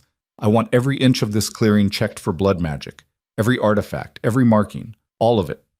The guards dragged Lady Thorne away. She fought them, still ranting about corruption and enchantment and family honor, but her voice faded as they disappeared into the trees. Silence fell again. Heavier this time. Kayla stood in the center of the ritual circle, blood on her hands and bare feet planted in dirt that had soaked up centuries of ceremonies. She felt exposed, vulnerable, like at any moment someone would point at her and shout witch, and this would all collapse again. But instead, Vivian crossed the clearing and stopped directly in front of her. "Thank you," she said quietly. Kayla blinked. For what? For stopping her. For... Vivian's voice caught. "I knew she was desperate. I knew she wanted me to be chosen, but I didn't think she'd go that far. Didn't think she'd actually..." She wrapped her arms around herself, still trembling. "You saved my life. I stabbed your mother. She was going to kill me." Vivian's laugh was shaky. "So, yeah, thank you for stabbing my mother." Marcus approached, his knife already working on the ropes around Vivian's wrists. "My lady, are you hurt? Do you need..." "I'm fine, just..." The ropes fell away. Vivian rubbed her wrists, wincing at the raw marks. "I need to sit down, need to think, need to figure out what happens now that my mother's in chains and I just testified against her in front of half the kingdom." "What happens now," Ronan said, his voice gentler than Kayla had heard it, "is you tell the council exactly what you told us. That Lady Thorne was practicing forbidden magic, that she threatened you, that Kayla acted in defense. They won't believe me. They will, because I'll be standing next to you when you say it." He glanced at Marcus. "Get Lady Vivian to the castle, find her a healer, make sure she's comfortable, and send word to the council that I'm calling a full session at dawn." Marcus nodded and guided Vivian toward the horses. The other guards followed, leaving just a handful behind. Loyal ones, Kayla guessed, from the way they positioned themselves around Ronan without being asked. The villagers who'd witnessed everything were melting back into the forest. Probably smart. This wasn't their fight, and getting involved with noble politics was a good way to end up disappeared. Kayla looked down at her hands again. The blood was drying now, flaking off in the cold night air. She felt disconnected from her body, like she was watching this happen to someone else. "Kayla," Ronan's hands closed over hers. "Look at me." She did. His golden eyes were steady, certain, like he wasn't standing in a clearing where his mate had just stabbed a council member. "You did the right thing," he said. "I stabbed someone. You stopped someone from committing murder. There's a difference. The council won't see it that way. They'll see a servant who attacked a noblewoman. They'll see what I tell them to see." Ronan's grip tightened. "And I'm going to tell them that you acted with courage and honor, that you protected an innocent life, that you did what any decent person would do when faced with blood magic and insanity. You can't just rewrite reality because you want to. Watch me." He pulled her closer until their foreheads nearly touched. "I'm done playing by their rules, Kayla. Done pretending that politics matter more than what's right. Lady Thorne crossed a line tonight. She threatened my mate. She nearly killed her own daughter. She practiced magic that's been forbidden for centuries, so no, I'm not going to let the council twist this into something it's not." Kayla wanted to believe him, wanted to trust that somehow, against all logic, this would work out. But 3 years of being invisible had taught her that people like her didn't win, didn't get justice, didn't... "Come on." Ronan released one of her hands but kept hold of the other. "We're going back to the castle." "Ronan, I can't just walk into the council chambers covered in blood and..." "Yes, you can. Because you're walking in as my mate. Not as a servant. Not as someone who needs permission to exist." He started toward the horses, pulling her with him. "And if anyone has a problem with that, they can take it up with me. Directly. With swords." One of the guards brought forward a horse. Ronan's massive black warhorse from earlier. Ronan mounted in one smooth motion, then reached down for Kyla. She hesitated. "I don't know how to ride." "Then it's a good thing I do." He grabbed her arm and pulled her up in front of him, settled her sideways across his lap like she weighed nothing. "Hold on." Kayla barely had time to grab his shirt before the horse launched into motion. The world blurred. Trees, moonlight, the path back toward the castle. She pressed against Ronan's chest, feeling his heartbeat steady and strong beneath her cheek. "What happens at dawn?" she asked. "The council session, where we lay out everything that happened, where Vivian testifies, where the high priestess confirms the blood magic." He paused. "Where I make them accept you." You can't force them to. I can do whatever I want. I'm the Alpha King. He said it simply, like it was just fact. And I'm choosing you, publicly, permanently, in front of the entire council. They can accept it, or they can find a new king. You'd really give up the crown? In a heartbeat, his arms tightened around her. But I don't think it'll come to that. Lady Thorne was the ringleader, the one pushing hardest for traditional bloodlines and political marriages. With her in chains, the council loses its sharpest weapon. They rode through the castle gates. Guards scrambled to attention, their eyes widening at the sight of their king carrying a blood-stained servant. Kayla wanted to sink into the horse's mane, wanted to disappear, but Ronan held her firm, visible, undeniable. He dismounted in the main courtyard, setting Kayla on her feet but keeping one hand on her waist. "Someone find the head housekeeper," he called out. "I want chambers prepared for Kayla Vire in the royal wing. Tonight. Not tomorrow. Tonight." A servant scurried off. The remaining guards exchanged looks but didn't argue. "My lord," Marcus approached carefully, "perhaps Lady Kayla should be examined by a healer first, to ensure she's not injured?" Kayla opened her mouth to say she was fine, but Ronan was already nodding. "Good idea. Kayla, go with Marcus. Get cleaned up. Get checked over. I'll handle the council preparation." "Ronan, please." He cupped her face, his thumb brushing across her cheekbone. "Let me take care of this part. You've done enough for one night." She wanted to argue, wanted to insist she could handle herself, but exhaustion was crashing over her like a wave, and the adrenaline that had carried her through the clearing was draining away fast. "Okay," she whispered.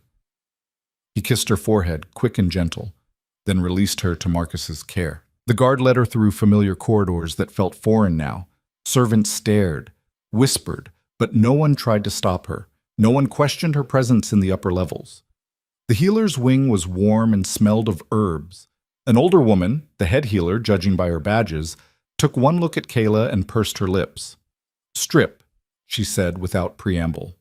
"I need to see if any of that blood is yours." Kayla peeled off the ruined servant's dress. The healer examined her efficiently, checking the scrape on her shoulder from the wall, the cuts on her feet from running barefoot, the bruises blooming across her ribs from when the guards had thrown her into the cell. "Nothing life-threatening," the healer announced, "though you're half-starved and covered in enough dirt to grow potatoes. When's the last time you ate a real meal?" Kayla thought about it. 2 days ago? The healer swore under her breath. "Idiots. Running you ragged while the nobles stuffed themselves." She handed Kayla a clean robe. "Put this on. I'm getting you food and a bath, in that order. The Alpha King will have my head if I send you back looking like a corpse." The food came first. Bread, cheese, cold meat, and soup that tasted like it had been simmering for days. Kayla ate mechanically, barely tasting it, her mind spinning ahead to the council session, to what would happen when she had to stand in front of those nobles and... "Stop thinking," the healer said. "I can see your brain eating itself from here." "I stabbed Lady Thorne." "She deserved it." The healer refilled Kayla's bowl. "That woman's been poisoning this castle's politics for 20 years. About time someone shut her up." "The council won't see it that way." "The council," the healer said dryly, "can go choke on their own importance. Now finish eating before I force feed you." The bath came next. Hot water in a tub big enough to swim in, with soaps that smelled like flowers Kayla couldn't name. She scrubbed Lady Thorne's blood from under her fingernails, washed the dungeon filth from her hair, watched the water turn brown and gray as 3 years of invisible servitude circled the drain. When she emerged, clean clothes were waiting, not a servant's uniform, a real dress, simple but well-made and deep green that brought out the amber in her eyes, soft leather shoes that actually fit, a brush for her hair. Kayla stared at herself in the mirror and barely recognized the girl looking back. "Better," the healer approved. "Now you look like someone worth fighting for." A knock at the door. Marcus again, his expression carefully neutral. "The Alpha King requests your presence in his chambers." Kayla's stomach flipped. The council session isn't until dawn. "It's not about the council." Marcus's lips twitched slightly. "He just wants to see you." The walk to Ronan's chambers felt both endless and too short. Guards nodded as she passed, actually acknowledged her instead of looking through her. Servants stepped aside. A few even bowed slightly. It was surreal. Marcus knocked at the carved doors. "My lord, Lady Kayla." "Send her in." Marcus opened the door, gestured for Kayla to enter, then closed it behind her. Ronan stood by the window, his back to the room. He changed clothes, clean shirt, dark pants, and washed the blood from his hands. But tension still radiated from every line of his body. "How are you?" he asked without turning. "Clean, fed, thoroughly examined by a healer who thinks the council can choke." Kayla moved closer. "How are you?" "Furious." He turned to face her, and the anger in his eyes was banked but burning. "I've spent the last hour reviewing castle records. Do you know how long you've been working here?"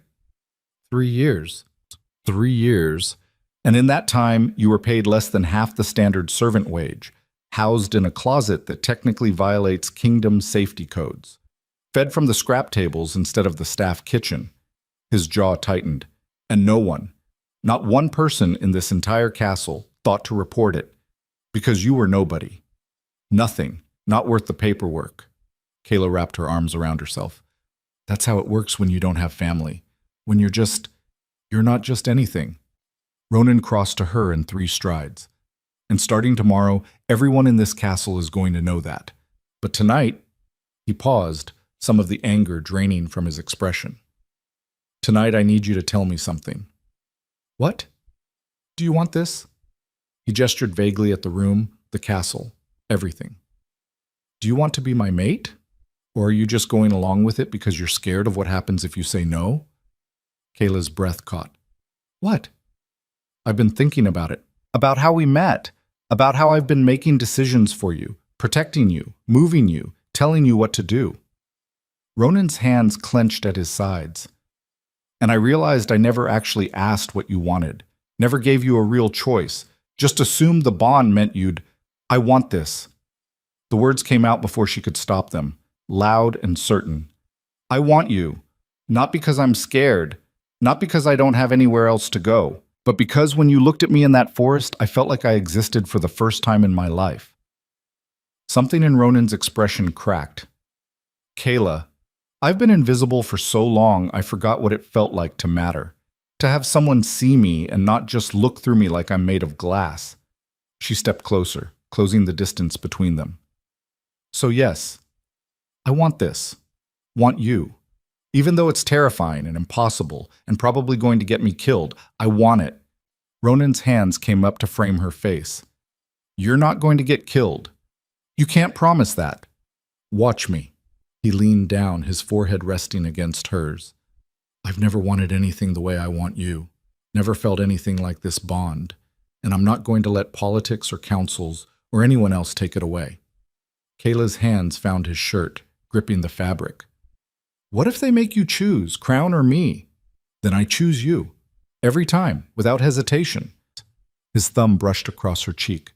"But I don't think it'll come to that, because you did something tonight that no one expected. Stabbed a noblewoman. Showed courage. His smile was small but real. You stood in that clearing with blood on your hands and told the truth. Didn't hide, didn't run. Just stood there and owned what you'd done. That's not weakness. That's strength the council understands. They still think I'm nothing. Then tomorrow we prove them wrong." He kissed her forehead, gentle, despite the intensity in his eyes. Together. A clock somewhere in the castle chimed midnight. The council session was 6 hours away. 6 hours to prepare, to rest, to gather whatever strength they'd need to face the nobles who wanted Kayla gone and Ronan controlled. "You should sleep," Ronan said quietly. "The healers said you're exhausted. So are you.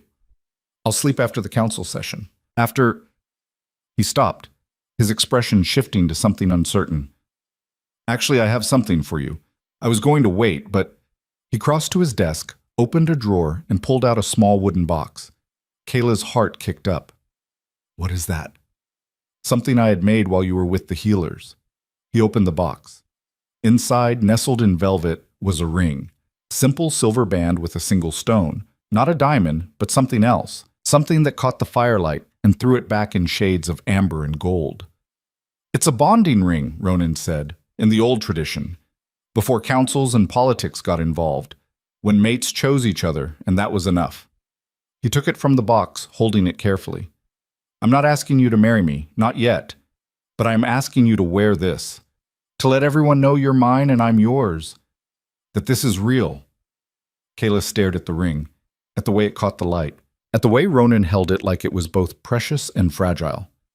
If I wear that, she said slowly, there's no taking it back, no pretending this was temporary. The council will know, everyone will know.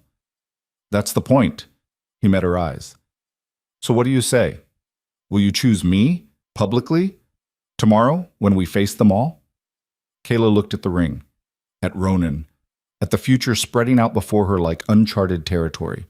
3 days ago, she'd been nobody, nothing, a servant girl with no name worth remembering. Now she was standing in the Alpha King's chambers, wearing a dress that fit, with a choice that would change everything. She could say no, could walk away, could disappear back into invisibility and safety. Or she could say yes, could choose the terrifying, impossible thing, could bet everything on the bond that had started with a forbidden glance in the forest. Yes, Kayla whispered, then louder. Yes, I choose you. Ronan's smile was like sunrise. He took her hand, her left hand, and slid the ring onto her fourth finger. It fit perfectly. The amber stone caught the firelight, throwing golden sparks across her skin. There, he said quietly. Now everyone will know. Kayla flexed her fingers, watching the ring move. It felt strange, heavy, like a promise and a target all at once. What happens tomorrow? She asked. Tomorrow we walk into that council chamber together. We tell them what happened. We show them the ring. We make them accept that this is real and permanent and not going away. Ronan pulled her close, wrapping his arms around her. And if they refuse, if they push back, we stand our ground, together. Together, Kayla echoed. She let herself lean against him, feeling his heartbeat under her cheek, let herself imagine a future where this worked, where she wasn't invisible, where she mattered. It felt fragile, impossible, like something that could shatter with one wrong word. But she was going to fight for it anyway. They stood like that for a long time, the fire crackling in the hearth, the castle settling into nighttime quiet around them. Eventually, Ronan guided her to the bed, his bed, and they lay down together. Not doing anything, just existing in the same space. His arms around her, her head on his chest, the ring heavy and real on her finger. Kayla didn't think she'd be able to sleep, but exhaustion finally pulled her under, dragging her into darkness. She woke to someone shaking her shoulder. Kayla, wake up! Her eyes snapped open. Ronan was already dressed, fully armed, his expression grim in the pre-dawn light filtering through the windows. What's wrong? She asked. The council moved the session up. They're gathering now. He handed her the green dress from last night. We need to go. Marcus says they've been in the Great Hall for an hour already. Planning, strategizing. Kayla's stomach dropped. That's bad. That's them trying to get ahead of us, trying to control the narrative before we can. Ronan's jaw tightened. Get dressed, quickly. I'm not giving them any more time to dig in. She dressed in record time, her fingers fumbling with the laces. The ring caught the light as she moved, a constant reminder of what she was walking into. Ronan took her hand as they left his chambers. His grip was steady. Sure, like he was anchoring her to reality. They walked through corridors that were too quiet. Servants had made themselves scarce. Guards stood at attention but didn't meet their eyes. The whole castle felt like it was holding its breath. The Great Hall's doors loomed ahead, massive oak panels carved with the history of the Drake family. Beyond them, Kayla could hear voices, arguments, the sound of the council in full debate. Ready? Ronan asked. No, not even close. Yes, Kayla lied. He squeezed her hand once, then pushed the doors open. The Great Hall fell silent.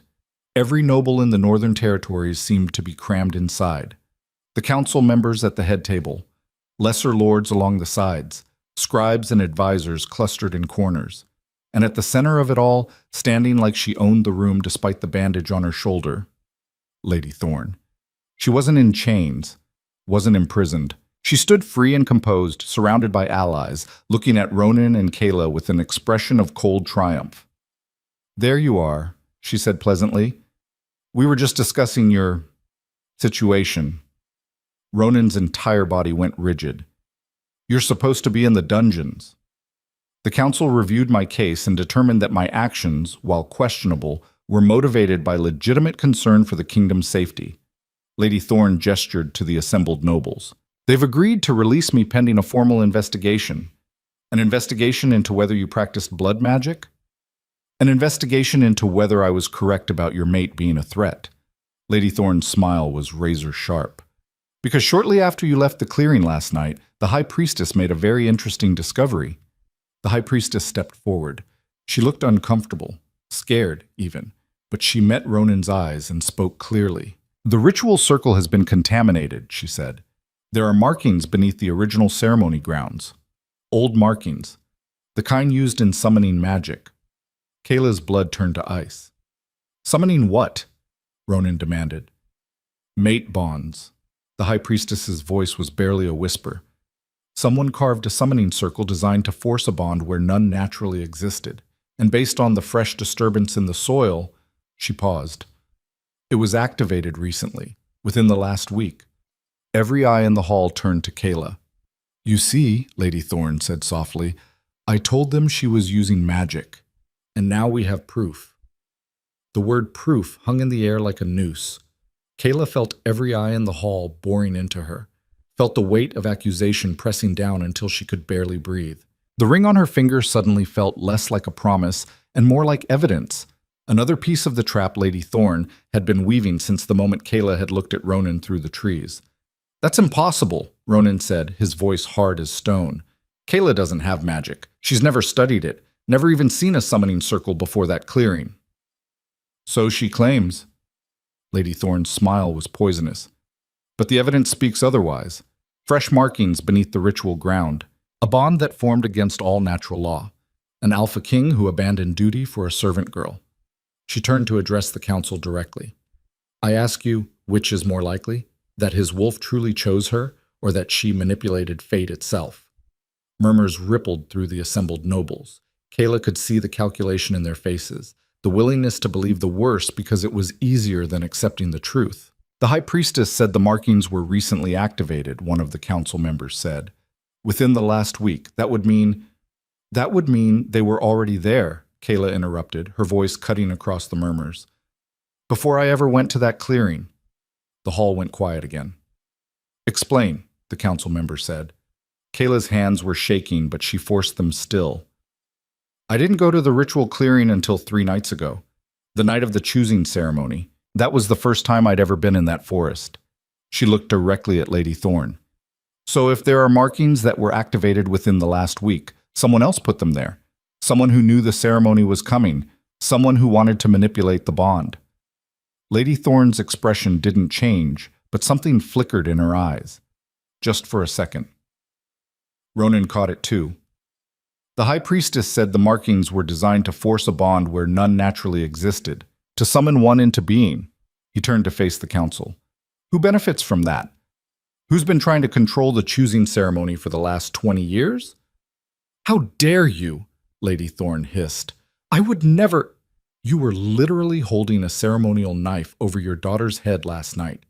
Vivian's voice, clear and strong, cut through her mother's protest. She stepped forward from where she'd been standing at the side of the hall, still wearing bandages on her wrists. You were going to force a bond through blood magic.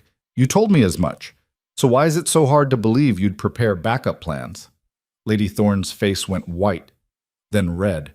You ungrateful High Priestess. Ronan's command silenced the hall. When exactly were those markings made? The High Priestess looked uncomfortable. It's difficult to say precisely. The carving is old, centuries old perhaps. But the activation... She paused. The activation requires fresh blood and specific words spoken during a celestial alignment. The next alignment was 4 days ago, one of the council's scholars supplied. The triple moon conjunction. It happens once every 5 years. 4 days ago. Before Kayla had ever gone to the clearing, before she'd even thought about breaking the law. So someone activated ancient summoning magic 4 days before the choosing ceremony, Ronan said slowly, clearly, making sure every word landed. Someone who knew about those markings. someone who had access to the clearing, someone who desperately wanted to control who I chose. He turned to Lady Thorne. Would you like to explain how a servant girl with no education and no resources could have known about 5-year celestial alignments and centuries-old summoning circles? The silence was deafening. Lady Thorne's jaw worked. Her hands clenched into fists at her sides. You have no proof that We have your daughter's testimony about the blood magic. We have your attempted murder of that same daughter. We have decades of you manipulating council decisions to benefit your family. Ronan's voice was ice. And now we have summoning magic that was activated exactly when you needed it to ensure your daughter's selection.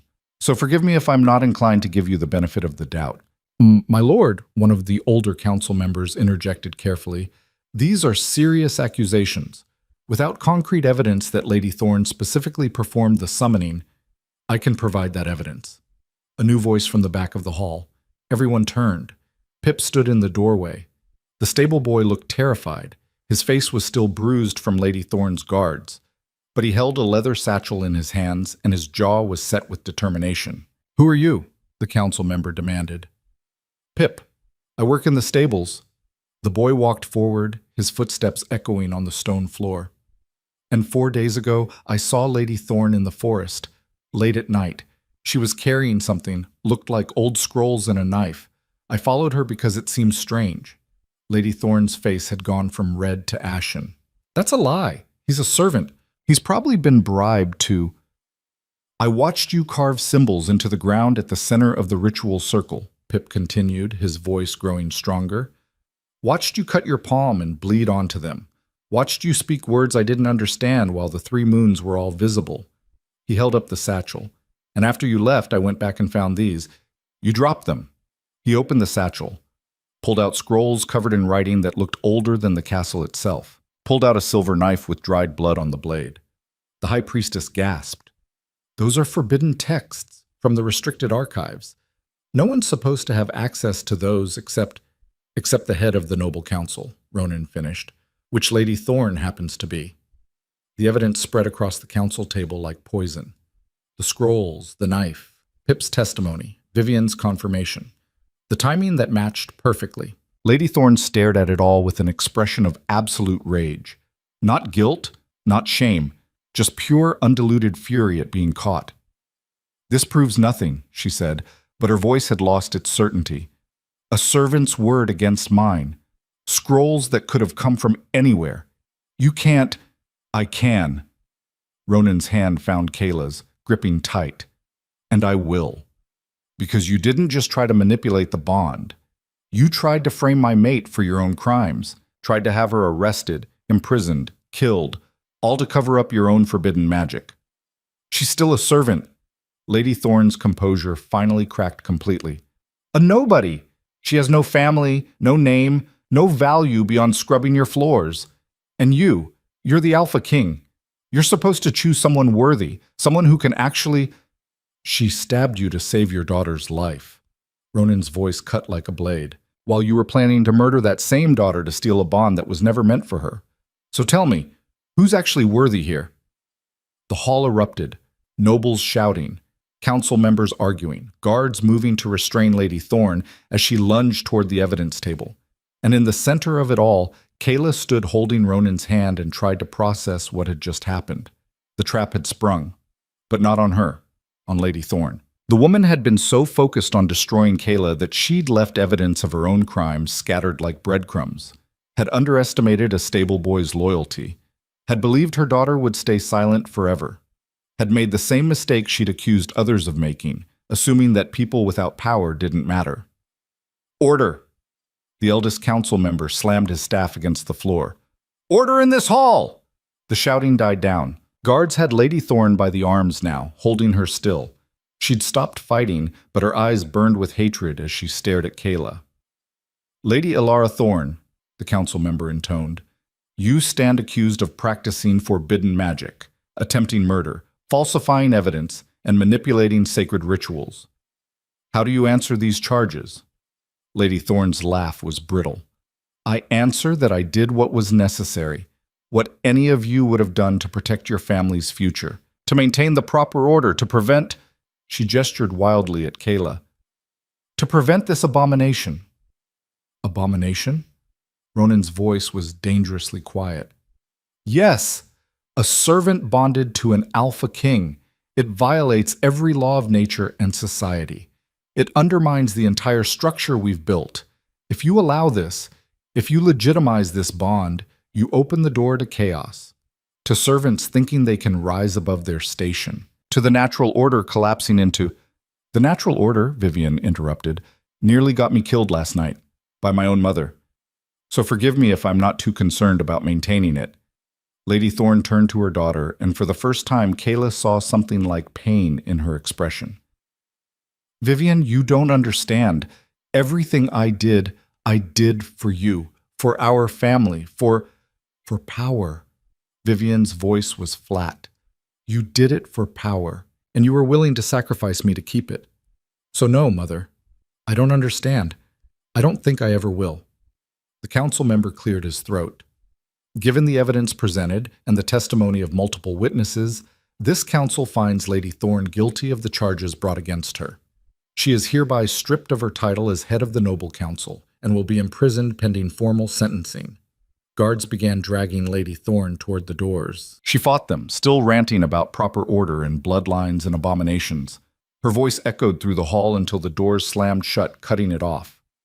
Silence fell again. This time it felt different, less hostile, more uncertain. The council member turned to Ronan.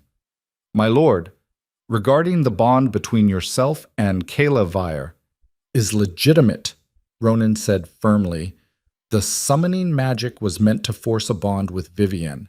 It failed because my wolf had already chosen Kayla, naturally, without manipulation. How can you be certain? Because I felt it the moment she looked at me. Ronan's hand tightened on Kayla's. Before any summoning could have taken effect, before any magic could have touched us, I felt the bond snap into place, and it was real. As real as anything I've ever known. The High Priestess stepped forward. My lord, if I may, I'd like to examine the bond, to confirm its nature. Kayla tensed. What does that mean? It means I'll observe the connection between you and the Alpha King.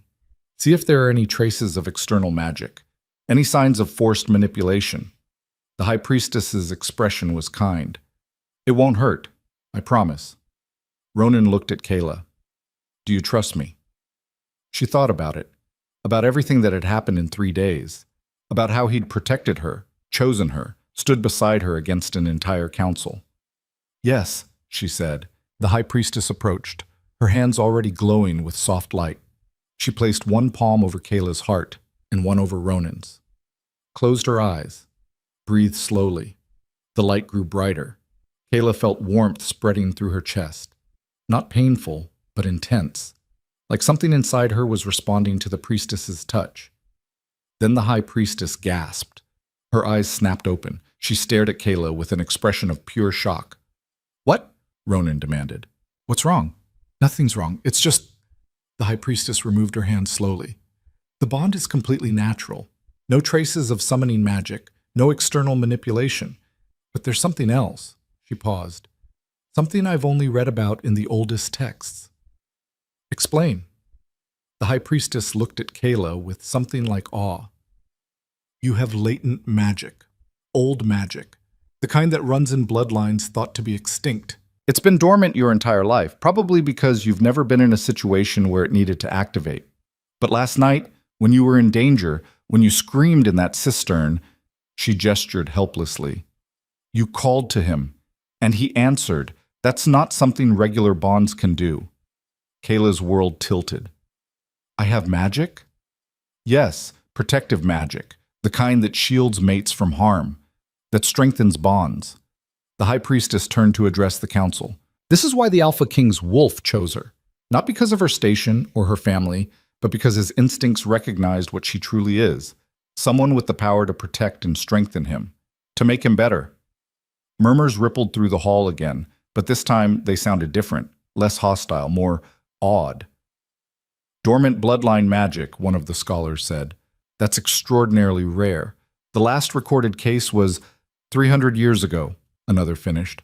During the Great Wars, when the Alpha King's mate used protective magic to save an entire battalion. They were looking at Kayla like she'd transformed into something else entirely, like she'd gone from servant to legend in the space of a heartbeat. It was terrifying. I don't know how to use it, Kayla said quickly. I didn't even know it existed until 30 seconds ago. I'm not. You will be. The High Priestess smiled. With training, with time, but the magic is there, undeniable. And it proves beyond doubt that this bond is not only natural, but destined. The eldest council member stood. Then it appears we owe Lady Kayla an apology, and the Alpha King our support. He bowed slightly. My lord, if you wish to formalize the bond, the council will approve it. I don't need your approval, Ronan said flatly, but I appreciate the gesture. A few of the nobles laughed. The tension in the hall was dissolving, not completely, but enough. Enough that Kayla could finally breathe without feeling like the walls were closing in. Vivian approached, looking exhausted but relieved. For what it's worth, I'm glad it was you. Glad his wolf chose someone who actually cares about him instead of his crown.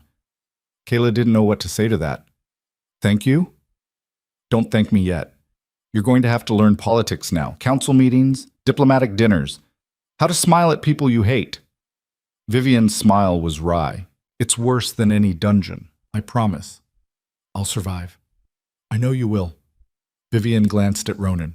Take care of her. She stabbed my mother for me. I owe her. You don't owe me anything, Kayla said. I owe you everything. Vivian squeezed her hand once, then stepped back. The council session continued for another hour. Formal declarations, administrative details, assignments of Lady Thorne's former duties. Kayla stood through it all, Ronan's hand steady in hers, the ring on her finger catching light. When it finally ended, when the nobles filed out and the great hall emptied, Kayla let herself sag against Ronan. Is it over? She whispered. The immediate crisis? Yes. Everything else? He kissed the top of her head. We'll figure it out as we go. Marcus appeared at the door. My lord, the staff is asking what to do with Lady Kayla's old quarters. Burn them, Ronan said immediately. Or convert them to actual storage. I don't care which. She won't be sleeping in a closet ever again. And her new quarters? Are with me, in the royal wing, permanently. Ronan looked down at Kayla. Unless you want your own space, I can have rooms prepared. I want to be with you, Kayla said, if that's allowed.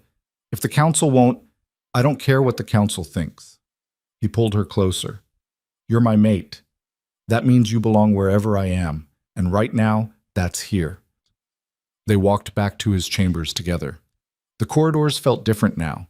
Servants bowed as they passed. Guards saluted. People saw her, really saw her, not as an invisible servant, but as someone who mattered. It was overwhelming. Back in Ronan's chambers, their chambers now, Kayla finally let herself collapse onto the bed. Every muscle ached. Her head spun. The events of the last 3 days crashed over her like a wave. I have magic, she said to the ceiling. Apparently. Apparently? Ronan sat beside her, his hand finding hers. How do you feel about that? Terrified. Confused. Like someone's going to wake me up any second, and this will all be a dream. It's not a dream. He brought her hand to his lips, kissing the ring on her finger. Though I understand the feeling, 3 days ago I was preparing to choose a noble daughter I'd never met. Now I'm bonded to a woman who climbed through my ventilation system and stabbed a council member. Despite everything, Kayla laughed. When you put it that way, it sounds insane. It is insane, but it's also real. He lay down beside her, pulling her against his chest, and I wouldn't change any of it. They lay there for a long time, just breathing, just existing together. The morning sun climbed higher, painting the room in golden light. Eventually, Kayla spoke. What happens now? With Lady Thorne? With the council? With... She gestured vaguely. Everything? Now we rebuild. Thorne will be tried properly, sentenced according to law. Vivian will probably take her mother's seat on the council. She's smart enough, and she's earned the respect after standing against her own family. Ronan's thumb traced circles on her shoulder. The council will need time to accept you fully. Some of them will resist. but they'll come around when they see that I'm not changing my mind. And my magic? The High Priestess will train you, teach you to control it, use it, turn it from dormant potential into actual power." He paused. "Though honestly, I think you've been using it without knowing. The way you survived 3 years in that closet, the way you knew to come to my chambers instead of running, the way you fought back against Thorn. That's not just courage. That's instinct guided by magic you didn't know you had." Kayla thought about that, about all the times she'd made decisions that seemed reckless but turned out right, about how she'd always felt like she was meant for something more, even when the world told her she was nothing. Maybe it hadn't been delusion. Maybe it had been magic, dormant and waiting. "I want to bring Pip with us," she said suddenly, "into the castle proper. Give him a real position, not just stable work." Ronan smiled. "Already done. I've appointed him as my personal messenger. It comes with quarters in the servants' wing, actual quarters, not closets, and triple the standard wage. He earned it. And the other servants? The ones who've been living in closets and eating scraps? I've ordered a full review of staff conditions. Anyone being mistreated will be moved. Anyone responsible for the mistreatment will be dismissed." His expression hardened. "I won't have people suffering in my castle while nobles feast. Not anymore." Kayla turned to look at him. "You're changing things. You're changing things. I'm just following your lead." He cupped her face. "You showed me what I'd been blind to, made me see the people I was supposed to be protecting. So yes, things are going to change, starting with making sure no one else has to climb through ventilation shafts to be heard." A knock at the door interrupted them. Ronan swore under his breath but stood, crossing to answer it. Marcus stood outside, holding a bundle of fabric. "The head seamstress sent this. Said Lady Kayla will need proper clothing for the formal bonding ceremony." "What ceremony?" Kayla asked. "The one where we make this official in front of the entire kingdom." Ronan took the bundle, a dress, Kayla realized, in deep blue with silver embroidery. "It's tradition. The Alpha King presents his mate to the people, receives their blessing. And if they don't give it, then we proceed anyway, and they deal with it." Ronan set the dress on a chair. "But I don't think that'll be a problem. Not after word spreads about the protective magic. People respect power. And you have it." The dress was beautiful, more than beautiful. It was the kind of thing Kayla had only ever seen from a distance, hanging in noble women's wardrobes while she scrubbed their floors. "When?" she asked. 3 days. Gives us time to prepare. To let the news spread." Ronan paused. "To let you decide if you really want this. Because once we do the ceremony, there's no going back. You'll be bonded to me legally, magically, publicly. The council can't undo it. Lady Thorn can't touch it. It's permanent." Kayla looked at the dress, at the ring on her finger, at Ronan standing there offering her a choice she'd never thought she'd have. "I want it," she said. "All of it, even the terrifying parts." His smile was like sunrise. "Then 3 days it is." Those 3 days passed in a blur. Kayla met with the High Priestess, who began teaching her meditation techniques to sense her magic. Met with the head seamstress for dress fittings. Met with council members who wanted to apologize or assess, or simply see the servant girl who'd become a legend. Pip moved into his new quarters and immediately started organizing Ronan's message system with ruthless efficiency. Vivienne took her seat on the council and promptly proposed reforms to servant treatment that made half the nobles choke on their wine. And Lady Thorn remained in her cell, awaiting trial, her power dismantled piece by piece. The morning of the ceremony, Kayla woke early. The dress hung on the wardrobe door, catching light. The ring gleamed on her finger. Ronan was already awake, standing at the window watching the sun rise over the northern forest. "Ready?" he asked without turning. "No, but I'm doing it anyway." He laughed. "That's the spirit." The ceremony took place in the Great Hall, which had been transformed with banners and flowers and enough candles to light the entire castle. The council sat at the high table. Nobles filled the lower seats, and servants, actual servants, not just the pretty ones, lined the walls, watching with expressions that ranged from awe to hope. Kayla walked in wearing the blue dress, her hair braided with silver thread, the ring on her finger impossible to miss. She felt exposed, vulnerable, Like at any moment someone would shout that this was all a mistake. But Ronan met her halfway, offering his hand. And when she took it, when their fingers intertwined, she felt the bond hum between them, warm and real and undeniable. The high priestess performed the ceremony.